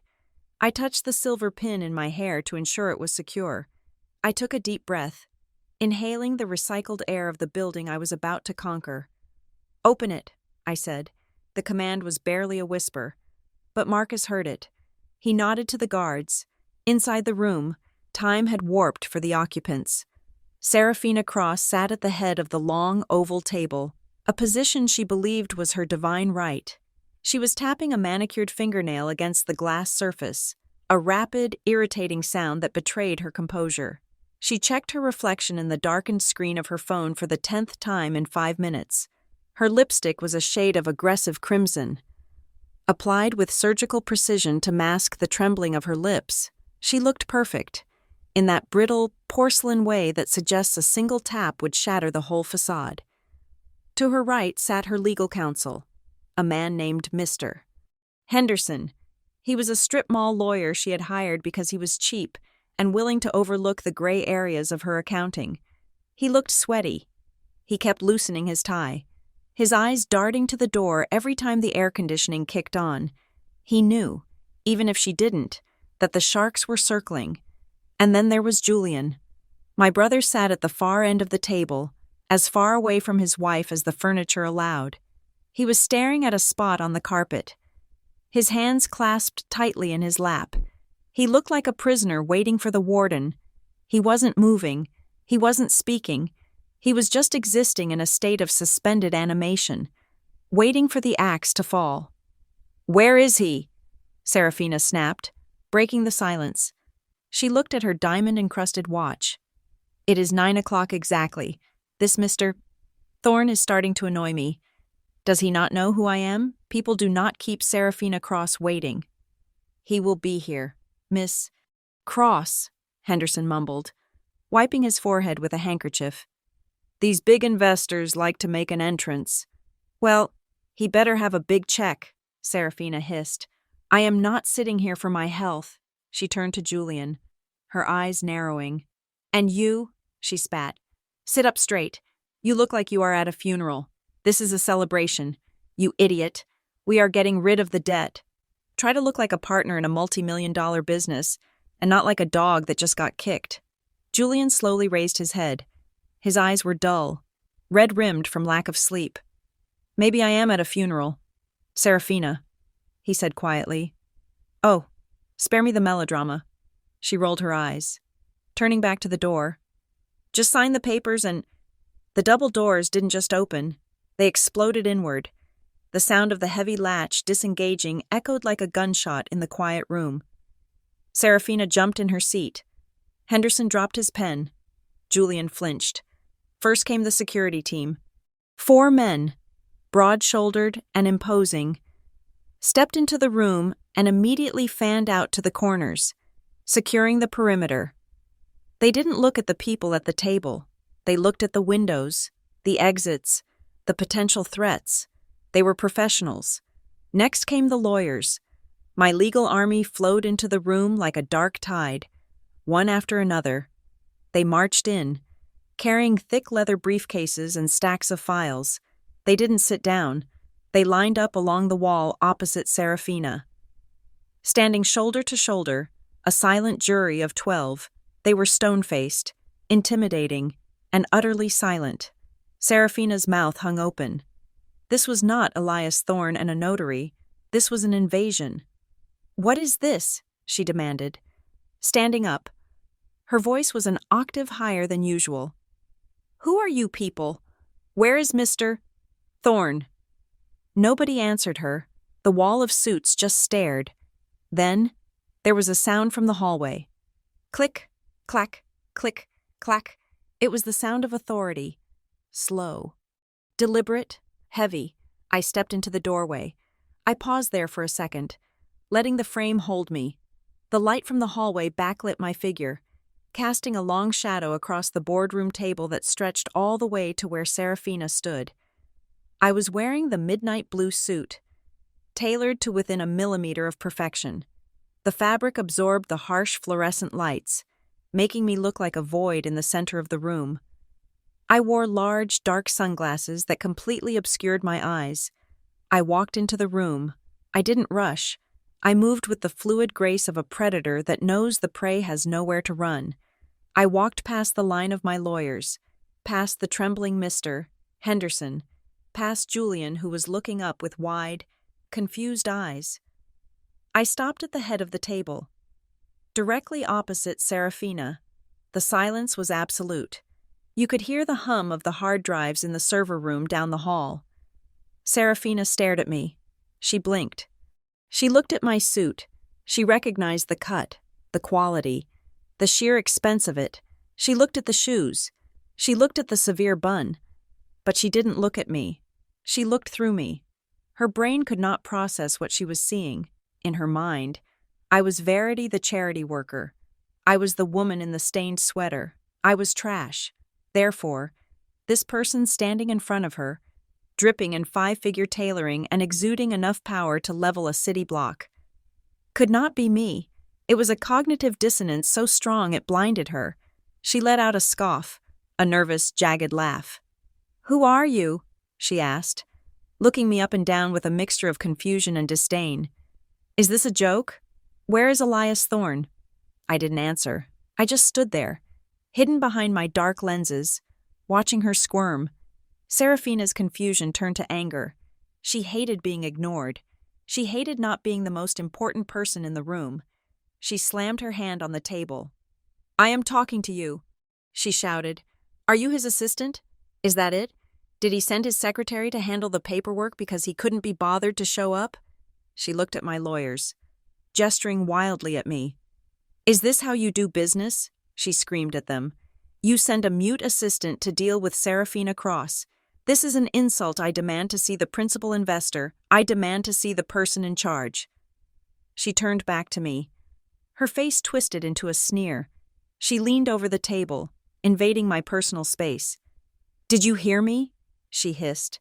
"Get your boss on the phone. Tell him I am not signing a single piece of paper until he walks through that door and shakes my hand. I don't deal with the help. I don't deal with messengers. Where is your boss?" I felt a cold smile touch the corners of my lips. It was the only movement I had made since entering the room. I reached up with both hands. I gripped the frames of my sunglasses. "My boss," I repeated. My voice was low, smooth, and utterly familiar. I pulled the glasses off my face and folded them slowly. I looked her dead in the eyes. My gaze was not the soft, apologetic gaze of the sister she knew. It was hard. It was diamond hard.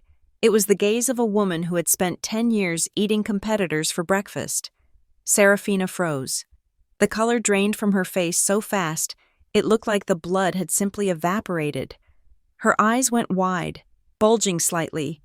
Her mouth opened, but no sound came out. She looked like she was having a stroke. She stumbled back a step, her hand gripping the edge of the table for support. "Verity," she whispered. The word came out like a question, choked with disbelief. She looked at the suit again, then back at my face. She was trying to reconcile the two images, the beggar and the queen, and her mind was failing. "You," she stammered. "You stole those clothes. What are you doing here? Security? Get her out." She turned to my guards in the corner. "Why are you standing there? Arrest her. She is trespassing. She is deranged." The guards didn't move. They didn't even blink. I placed my sunglasses on the table. The soft click of the plastic against the glass was the loudest sound in the world. "They do not work for you, Seraphina," I said calmly. "They work for me." "What?" she gasped. "And you asked where my boss is," I continued. Taking a step closer to the table, I placed my hands flat on the glass surface, leaning in so that our faces were inches apart. I could smell her fear. It smelled like sweat and expensive perfume turning sour. "My boss is not coming," I said, "because she is already here." I gestured around the room at the lawyers, at the accountants, at the building itself. "You are looking at Ethelgard Capital," I said. "You are looking at the bank, the debt collector, and the executioner." Seraphina shook her head frantically. "No, no, that is impossible. You work at a shelter. You are poor. You are Julian's leech sister." "I am the person who bought your debt for 10 cents on the dollar," I corrected her. "I am the person who owns your inventory. I am the person who owns your trademark. And I am the person who owns the chair you are sitting in."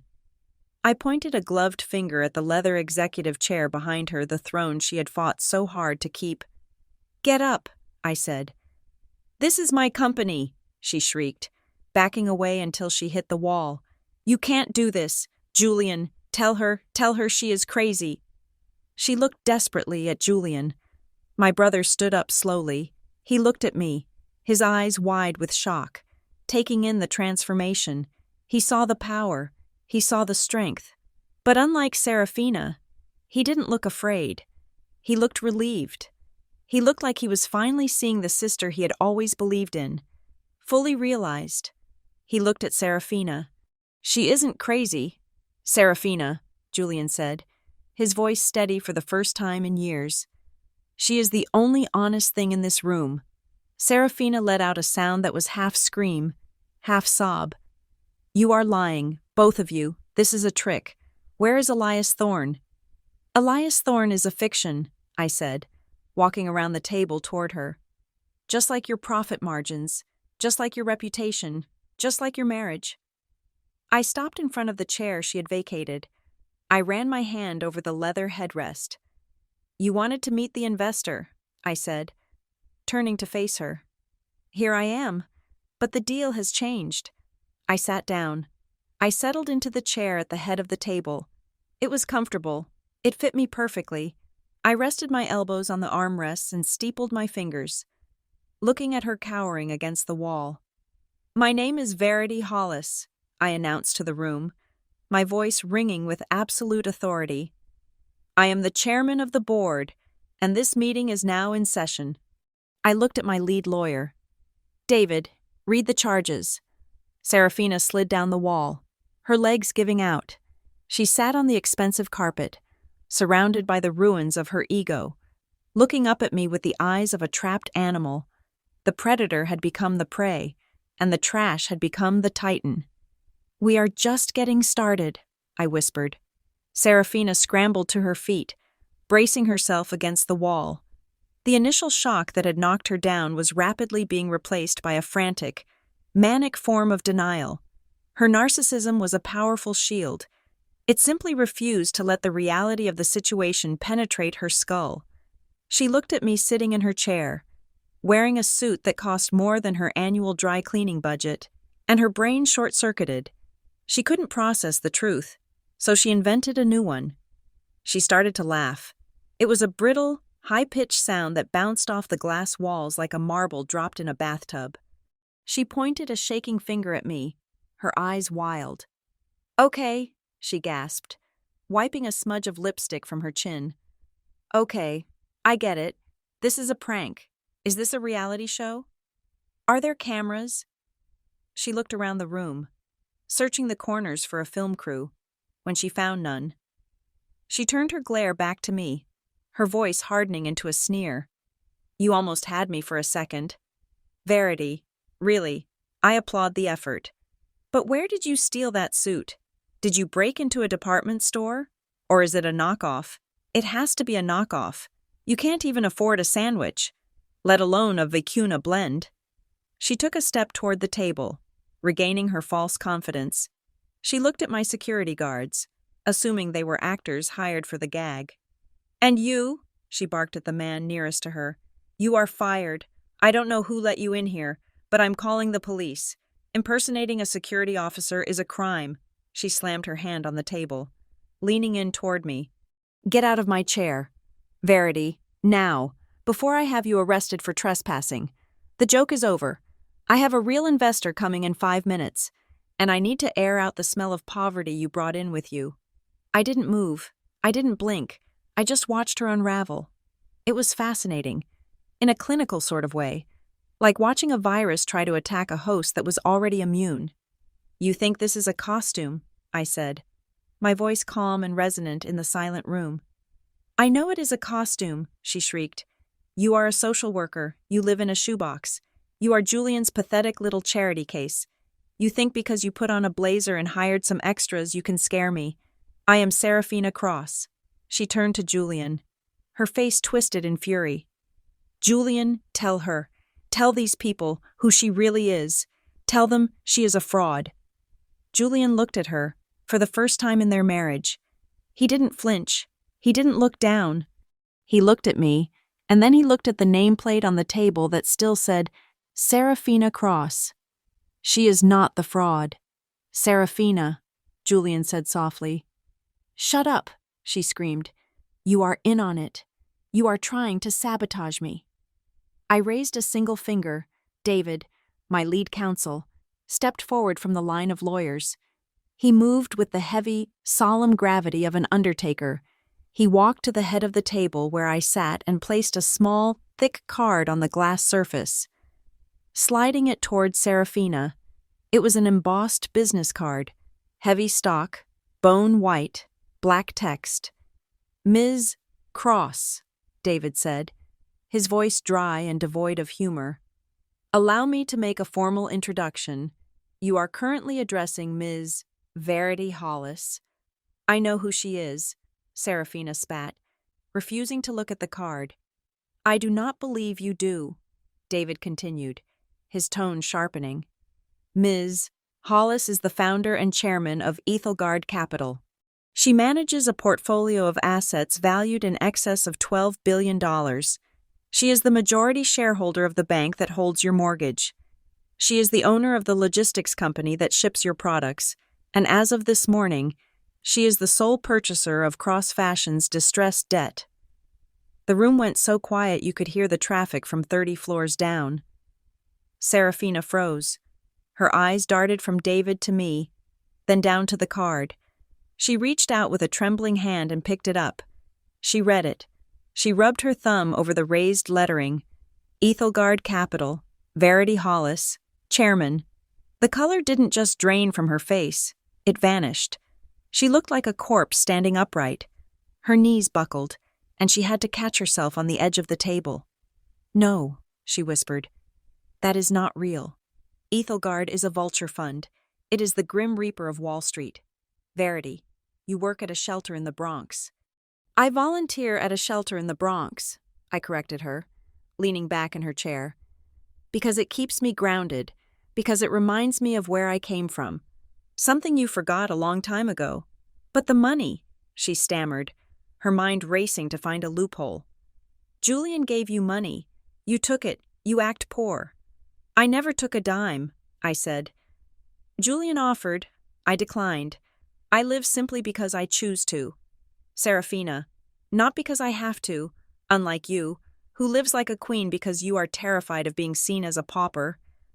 12 billion, Julian breathed. He was staring at me with his mouth slightly open.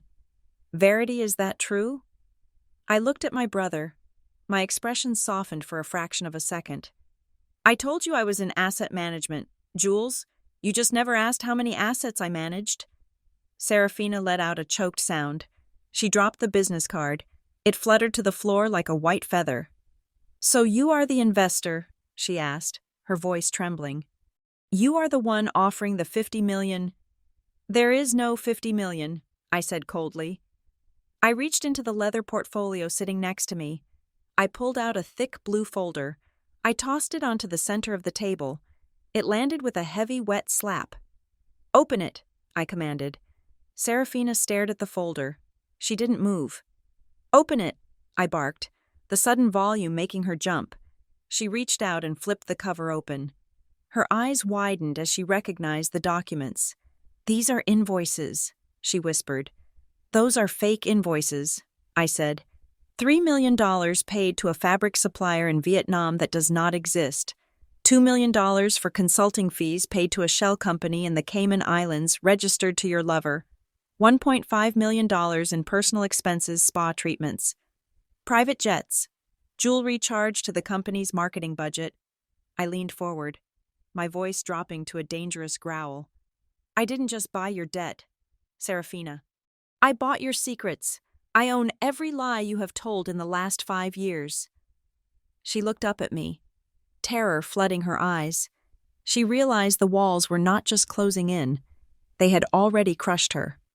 You can't prove this, she tried to bluff, but her voice was weak.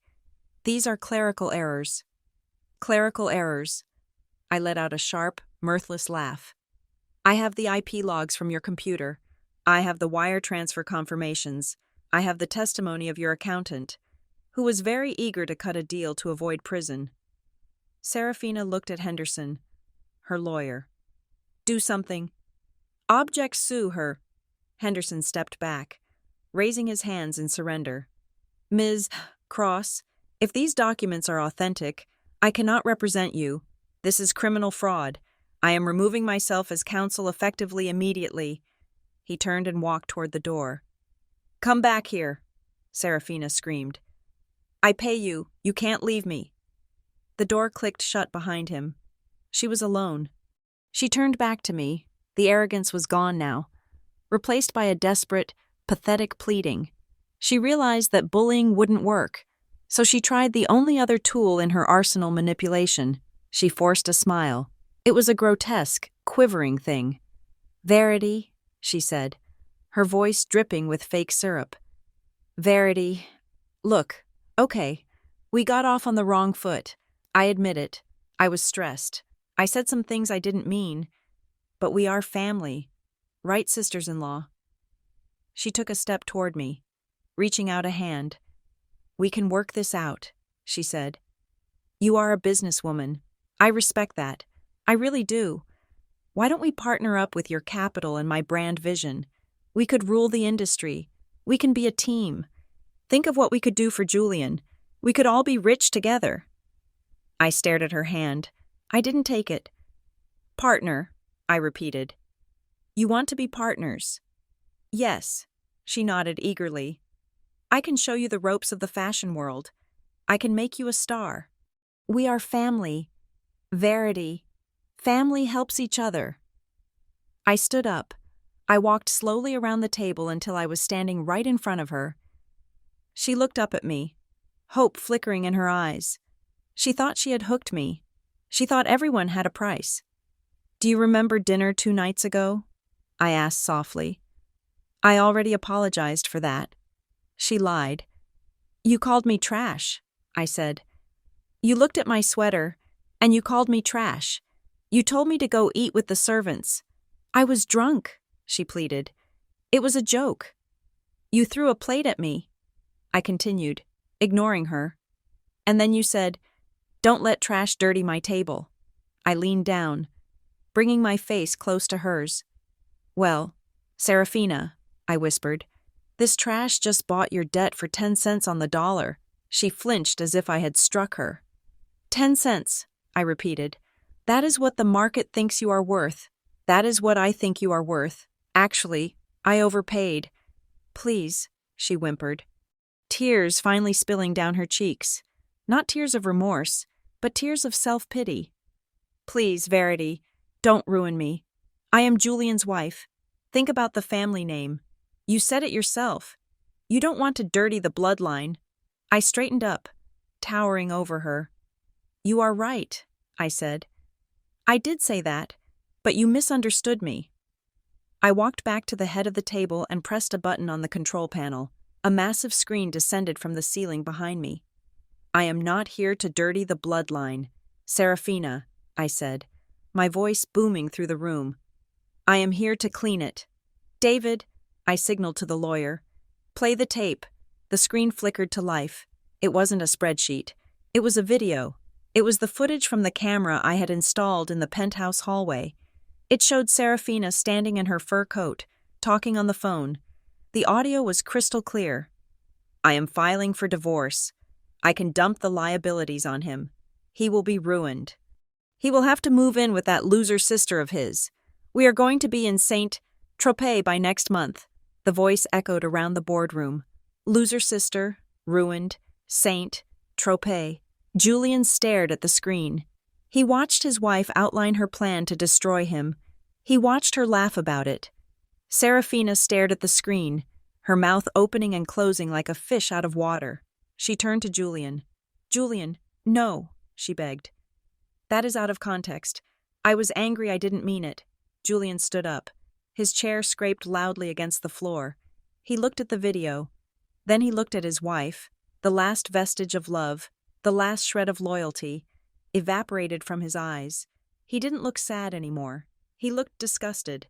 Out of context, Julian asked, his voice shaking with suppressed rage. You were going to frame me for fraud. You were going to send me to jail so you could run away with your boyfriend. No, Seraphina cried, grabbing his arm. Baby, please, it is a deep fake. She made it up. Julian ripped his arm away from her grip. He looked at his sleeve as if her touch had contaminated it. Don't touch me, he snarled. He reached into his pocket and pulled out his wedding ring. It was a simple gold band, one of the few things he had paid for himself. He looked at it for a second, then he threw it onto the glass table. It spun and rattled, finally coming to a stop in front of me. We are done, Julian said. I want a divorce, Seraphina screamed. It was a primal sound of a woman losing her grip on the world. She turned on me, her eyes burning with hatred. You witch, she shrieked. You planned this. You spied on me. This is illegal. I will sue you. I will take everything you have. You will take nothing, I said calmly. Because you have nothing. I motioned to the screen again. The video changed. Now it displayed a series of bank transfer documents. I have already frozen your assets, I explained. The Cayman account frozen by international authorities this morning. The penthouse foreclosed. The car repossessed an hour ago while you were in here. I walked over to her. She was trembling so hard she could barely stand. You are destitute. Seraphina, I said. You have no company. You have no home. You have no husband. And you have no money. You can't do this, she sobbed. I am Seraphina Cross. Not anymore, I said. As the new owner of the intellectual property, I am rebranding. The name Cross Fashion is dead, and you are forbidden from using it commercially. I checked my watch. Security, I called out. The 4 guards stepped forward. Get her out of my building, I ordered. No, Seraphina screamed, backing away. You can't fire me, I built this place. You didn't build it, I said. You stole it, and now I am taking it back. 2 guards grabbed her by the arms. She kicked and screamed, flailing like a child having a tantrum. Julian, help me, she wailed as they dragged her toward the door. Verity. Please, I will do anything. I will scrub the floors. Don't throw me out. I watched her being hauled away. Her heels dragged on the carpet, leaving scuff marks. Her perfect hair was a mess. Her dignity was gone. Don't worry about scrubbing the floors. Seraphina, I called after her. I have people for that, and unlike you, I pay them. The door slammed shut, cutting off her screams. The silence returned to the boardroom, but this time, it wasn't tense. It was clean. It was the silence after a storm. I let out a long breath and looked at Julian. He was leaning against the table, his head bowed. Are you okay? I asked gently. He looked up. There were tears in his eyes. But he was smiling. It was a weak, tired smile, but it was real.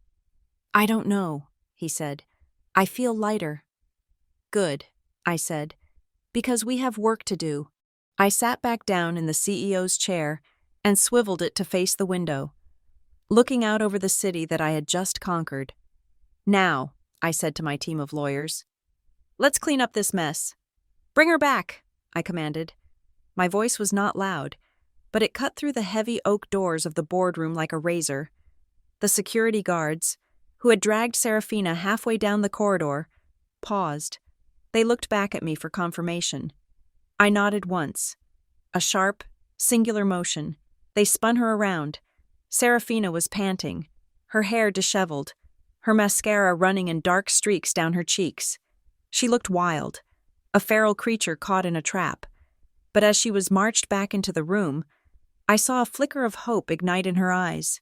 She thought I was relenting. She thought, in her infinite delusion, that I was going to offer her a severance package, or perhaps a mercy clause to save the family name from scandal. She shook off the guard's hands and straightened her jacket, trying to regain a shred of the imperious posture she had held 10 minutes ago. "I knew it," she breathed, smoothing her skirt. "You can't do this without me. Verity, you have the money. Sure, but you don't know the industry. You need my face. You need my connections." She walked back to the table, her confidence inflating like a punctured tire trying to hold air. "I am willing to negotiate," she said, looking at the lawyers who lined the wall. "I will accept a reduced equity stake, say 10%, and a consultancy fee. But I keep the title of creative director. That is non-negotiable." I watched her arranging the deck chairs on her own Titanic. I didn't say a word. I simply turned to the massive screen behind me, where the faces of the 3 remaining minority board members were waiting on a secure video link. They had been watching the entire time. They had seen the fraud. They had heard the insults. "Gentlemen," I said, addressing the screen, "you have seen the evidence presented by my counsel. You have seen the unauthorized wire transfers to the Cayman Islands. You have seen the fabricated invoices."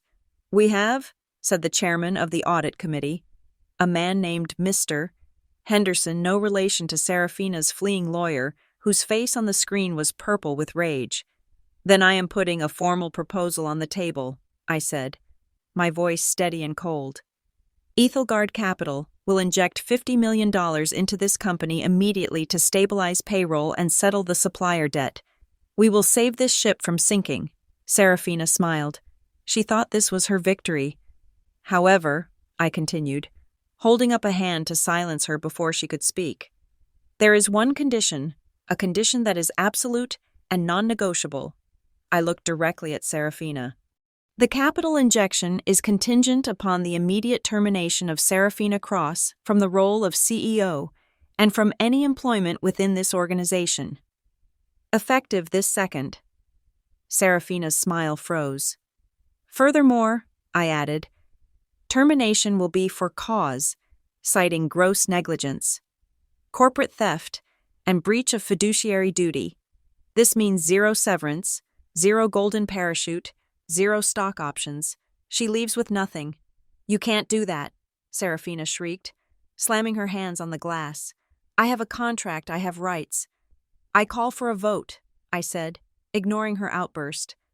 "All in favor of the motion to terminate Seraphina Cross and accept the Ethelgard buyout under these terms." On the screen, 3 hands went up instantly. It was unanimous. It was brutal. "The motion carries," I announced. 100%. "No," Seraphina screamed. It was a sound of pure, unadulterated fury. "No, this is illegal. You are stealing my company." She lunged.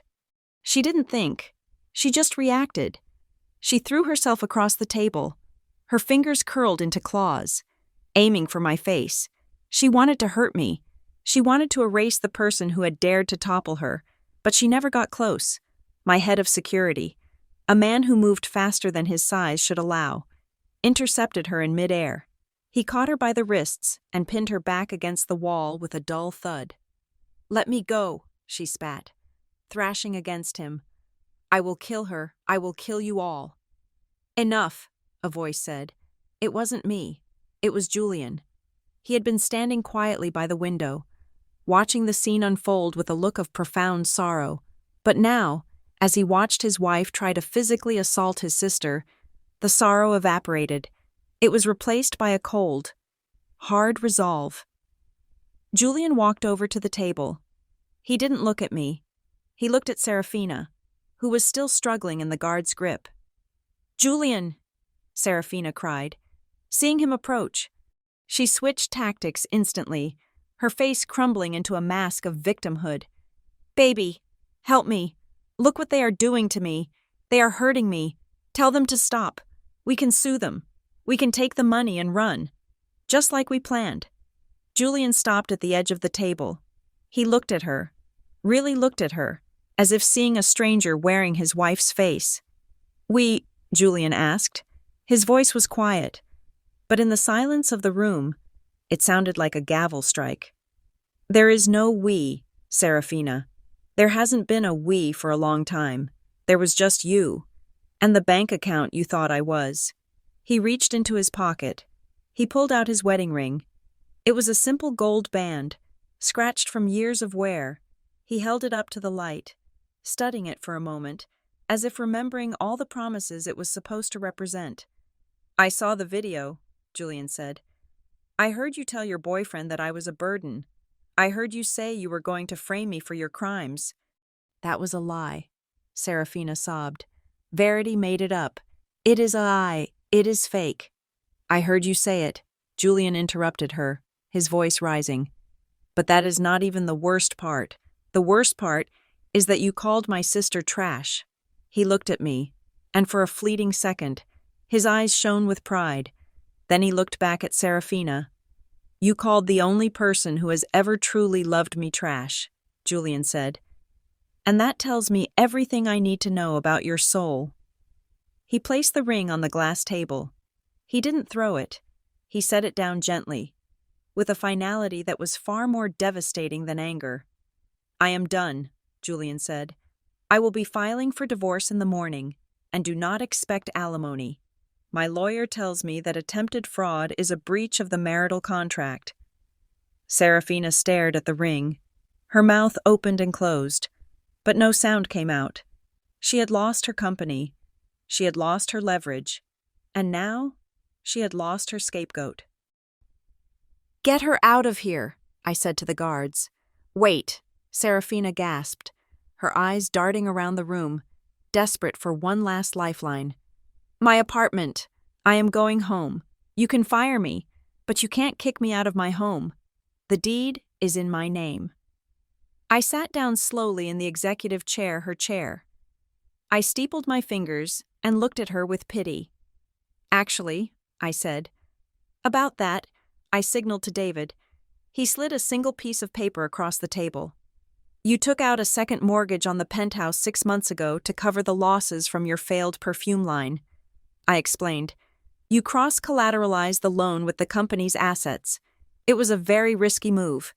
Seraphina, stupid, really." Her eyes went wide. She knew exactly what I was talking about.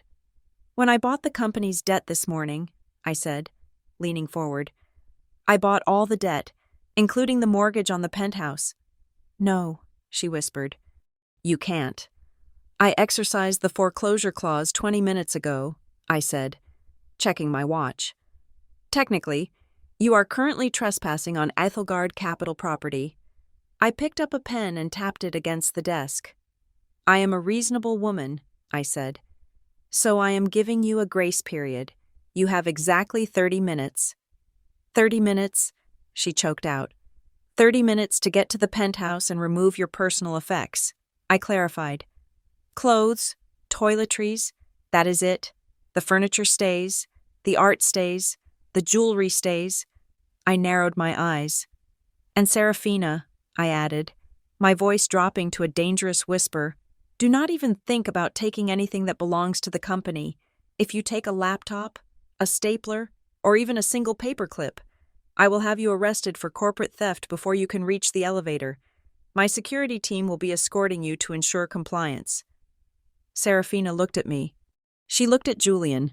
who had turned his back on her to look out the window. She looked at the room she had ruled like a tyrant. She realized, finally, that she was small. "You are a monster," she hissed at me. "I am a businessman," I corrected her. "And you are a bad investment," I nodded to the guards. "Remove her." This time, there was no hesitation. They grabbed her arms and hauled her toward the door. She didn't fight. She didn't scream. She just sagged. A puppet with its strings cut, dragging her feet across the expensive marble floor she had insisted on installing. The doors slammed shut behind her. The silence that followed was heavy, but it wasn't oppressive. It was the silence of a battlefield after the cannons have stopped firing. I looked at the lawyers. They were already packing up their files. I looked at the accountants. They were typing furiously, already starting the audit. Then I looked at Julian. He turned from the window. He looked tired. He looked older. But he didn't look broken. He walked over to the table and picked up the fake invoices I had thrown there earlier. He ripped them in half. "I am sorry, Verity," he said softly. "I should have listened to you years ago." "It does not matter," I said. "You are listening now." I spun the CEO chair around to face the boardroom table.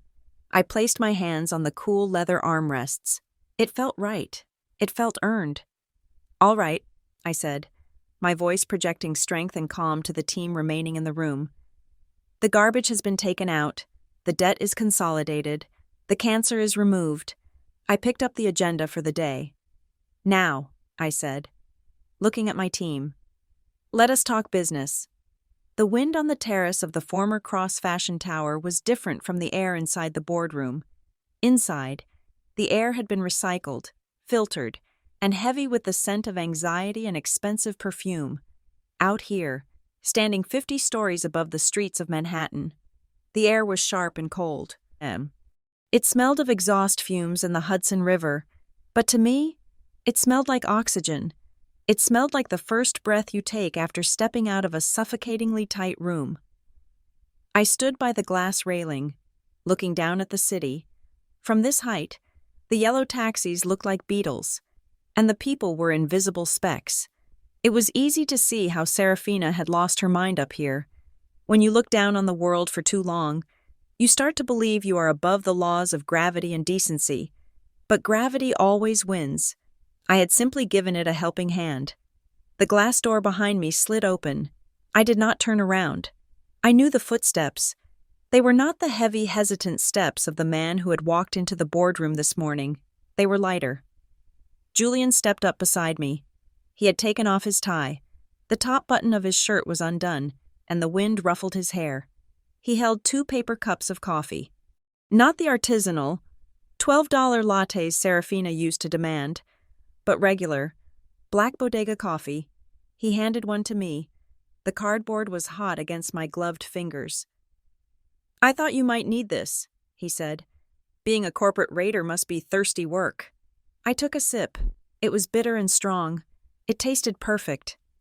"Thank you, Jules." We stood in silence for a long time, watching the sun begin its descent over New Jersey. The sky was turning a bruised purple, streaked with orange.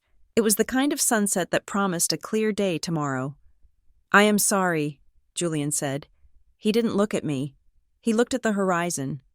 "You said that already," I replied. "In the boardroom." "That was for the audience," he said, turning to face me. His eyes were clear, no longer clouded by the fear that had defined him for the last 5 years. "This is for you, Verity. I let her treat you like something she scraped off her shoe. I sat there at dinner, eating truffle risotto, while she threw a plate at my little sister. I was a coward. I was so afraid of losing the lifestyle, of losing her approval, that I lost myself." I looked at him. I saw the lines around his eyes, the gray hairs that had started to appear at his temples. He was 35 years old, but he had lived a lifetime of emotional erosion in 5 years. "You were drowning, Julian," I said gently. "When someone is drowning, they will grab onto anything to stay afloat, even if that thing is an anchor. She made you believe you were nothing without her. That is how abusers work. They break your legs and then convince you that they are the only reason you can walk. I should have protected you, he insisted, his voice cracking. Mom and Dad, they told me to look out for you.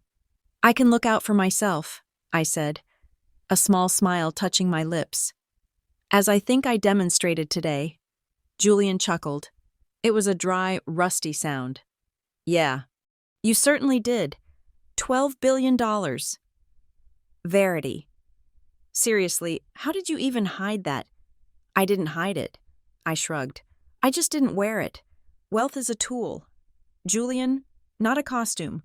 Seraphina wore her net worth on her sleeve because she was empty inside. I keep mine in the bank because I know who I am. He nodded slowly. Digesting the lesson, he took a sip of his coffee. So, what happens now? I assume you are going to sell the company for parts, liquidate the assets, fire the staff, and move on to the next kill. Is that what you think I do? I asked.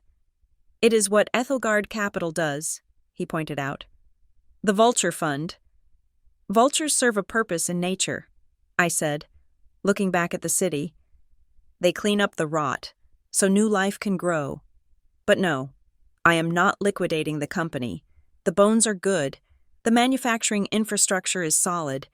The employees are talented. They were just led by a tyrant. I turned to him, my expression serious. I am rebranding, I announced. Cross Fashion is dead. We are scrubbing her name off the building by tomorrow morning. The new company will focus on sustainable, ethically sourced textiles. No more sweatshops, no more fake invoices, and we are launching a massive initiative to hire and train women from domestic violence shelters. We are going to give them jobs, dignity, and a way out. Julian stared at me, admiration flooding his face. That is amazing. Verity? It is necessary, I corrected him. But I need someone to help run the logistics. Specifically, I need someone to manage the distribution center in Queens. Julian blinked. You want to hire me? I am offering you a job, I said, but do not get excited. It is not a vice presidency. You are not getting a corner office. You are not getting a company car. You will be an assistant manager. You will be on the floor, checking inventory, managing the drivers, and making sure the shipments go out on time. The pay is $45,000 a year. You punch a clock, you work 8 hours a day, and if you are late, you get written up. Julian looked at me. A slow smile spread across his face. It wasn't the smile of a man who felt insulted. It was the smile of a man who was being given a lifeline. 45,000, he repeated. That is about what Seraphina spent on shoes last month. It is honest money, I said, and it is yours. You are going to build your own life, Julian, brick by brick, no handouts, no safety nets, just you, standing on your own 2 feet. He crushed the empty coffee cup in his hand and tossed it into a nearby recycling bin. When do I start? He asked. Monday at 8, I said. Don't be late. He walked over and pulled me into a hug. It wasn't the desperate, clinging hug from the night of the party. It was a strong, solid embrace. Thank you, Verity, for everything. Go home, Jules, I whispered. Get some sleep. You have a big week ahead of you. He pulled away, nodded once, and walked back toward the glass doors. He stopped at the threshold and looked back. What about her? He asked. What happens to Seraphina? I looked out at the darkening sky. The market has corrected itself. Julian, she is exactly where she belongs. 3 months later, the suburbs of New Jersey were a stark contrast to Fifth Avenue. The strip mall was gray and depressing, anchored by a discount department store that smelled of floor wax and synthetic fabric. Inside, the fluorescent lights buzzed with a headache-inducing frequency. The aisles were messy, piled high with cheap clothes that would unravel after 3 washes. A woman stood behind the return counter. She was wearing a blue polyester vest that was 2 sizes too big for her. Her name tag, pinned crookedly to her chest, read Seraphina. She looked 10 years older. Her hair, Once a glossy mane of professionally colored perfection, was now dull and pulled back into a messy ponytail with a rubber band. Her nails were bare, the manicures a distant memory. "I told you," Seraphina snapped at the customer in front of her, a woman chewing gum with an open mouth. "I cannot take this back without a receipt. It is store policy." "It has a hole in it," the customer argued, slamming a glittery t-shirt on the counter. "I bought it yesterday." "Well, maybe if you didn't buy garbage, it wouldn't have holes in it," Seraphina shouted back, her old arrogance flaring up like a dying ember. "Hey!" a voice boomed from the manager's booth. A heavy-set man with a thick mustache walked over. "Cross, what did I tell you about arguing with the customers?" Seraphina flinched. She looked at the manager with pure hatred, but beneath the hatred was fear. She needed this job. She had been blacklisted from every fashion house in New York. Her name was Mud. Her credit score was 0. She was living in a studio apartment above a laundromat, and her wages were being garnished to pay back the legal fees from the lawsuits filed by her former employees. "She doesn't have a receipt, Dave," Seraphina muttered, lowering her head. "Just process the return," Dave barked. "And smile. You are on thin ice. Cross, one more complaint, and you are back to stocking the clearance rack." Seraphina swallowed her bile. She forced her lips into a grimace that technically qualified as a smile. She took the cheap, glittery shirt. The fabric felt rough against her fingers. "I am sorry for the inconvenience," she recited, the words tasting like ash in her mouth. "Thank you for shopping at Bargain Mart." As she scanned the tag, she looked up at the television screen mounted on the wall above the register. It was tuned to a business news channel. The headline on the screen read, "Phoenix Rising, the Transformation of Hollis Collective." The screen showed footage of a modern, bright factory floor. Women were working at sewing machines, laughing, looking healthy and proud.